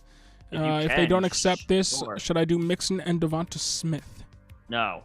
If you can get Mixon and AJ Brown, then sure. But Mixon and Devonta Smith, no. I would agree. Jonathan Kopp for QBs on waiver to start over Brady. Goff, Mariota, Flacco, or Jimmy G. Thinking of Flacco or Goff this week. Go Goff. We're both proponents of starting Goff. Mariota's not a bad stream against Seattle either, but Goff has a pretty good complement of weapons. I would say Goff. Tyler Lockett or London, full PPR. London. Yeah, pretty securely. Yep. London. And Anthony S., you have Saquon and Adams, Johnson, and Kirk. Okay. See if you can do Najee and Schultz for Kelsey. And then you borderline have the makings of a super team. Now you're good. A monster. What's happening, man? I traded Ayuk, Dalton Schultz, and James Robinson for Brandon Cooks and Darren Waller. Lot to give up, but I do like those. I do like both of those pieces. You have Dalvin Cook, Swift, AJ Brown, Kareem Hunt, and Darrell Henderson. Okay, your running backs are solid. That's the one question I had was your running backs. So yeah, made you better. Yeah, I would say you did well. Nicely done. And William Risky to wrap this up. Half PPR. Should I trade Mark Andrews and Scary Terry for Pitts and Tyreek Hill? Yeah. Damn. I think you should. Yes, I think you should too. I know Andrews is an anchor. Terry has been giving you like some floor plays. Pitts has not given a whole lot, but has upside for more. And Tyreek Hill has been like a top 5 wide receiver so far. So yeah, I think I would do that. Yeah, and Pitts has the upside to do what Mark Andrews has been doing. So Pitts has the upside for still to end up with 85, 90 catches. Yep. I would do that. Should I trade Garrett Wilson and Zach Ertz for Kittle? I have CD, AJ Brown, Deontay, D-Hop, and Gallup. Yes. Yep. Why not? Yeah, because you're getting a big upgrade in Kittle, and people are kind of like, they haven't caught. They're not warming up to Kittle yet. Yep. And Kyle Singer, love you long time. It's funny. All right, last one here. My team: Cousins, Aaron Jones, David Montgomery, Kareem Hunt, Stephon Diggs, Drake London, Darren Waller, Bucks D, Finn's kicker. Very good team. Yeah, looks pretty strong. And all right, here we go. Last one here. Julio Villa, PPR league. You have Austin Eckler, Akers, Cordarrelle, Hines at running back, Debo, AJ Brown, Kirk, CD. Someone sent me Najee and J-Rob for Eckler. Would you do it? And you have Hurts as your quarterback. You're getting Najee and James Robinson for Eckler. Yeah, Eckler's kind of been. I think so. And Jalen Hurts is your quarterback. That would leave you with a very good squad. I think I would do that. Yeah, it's pretty good because you're getting an RB1 for an RB1 plus a dude who has been an RB1. And he's been performing like an RB2. Yeah. I think I would do that. Yeah. Yep. I think I would. And then you're not relying so much on Akers, right? No, right, I like that move. You get an extra piece at running back to hang your hat on. Yeah, I think I would do that. We have reached the end of our stream, though. It was a fun 3 hours hanging out with everybody. Absolutely. As always, Discord, if you want to keep the conversation going, third link in the description of this video. If there's anything we didn't get to or you want us to elaborate on more, go ahead and join that. You can also crowdsource with our community, as we are not available all of the time, but we try to be as much as we can. And if you're interested in memberships with the channel, there are plenty of there's plenty of a description in the first link in the description of this video. We have different levels that you might be interested in. Go ahead and check that out.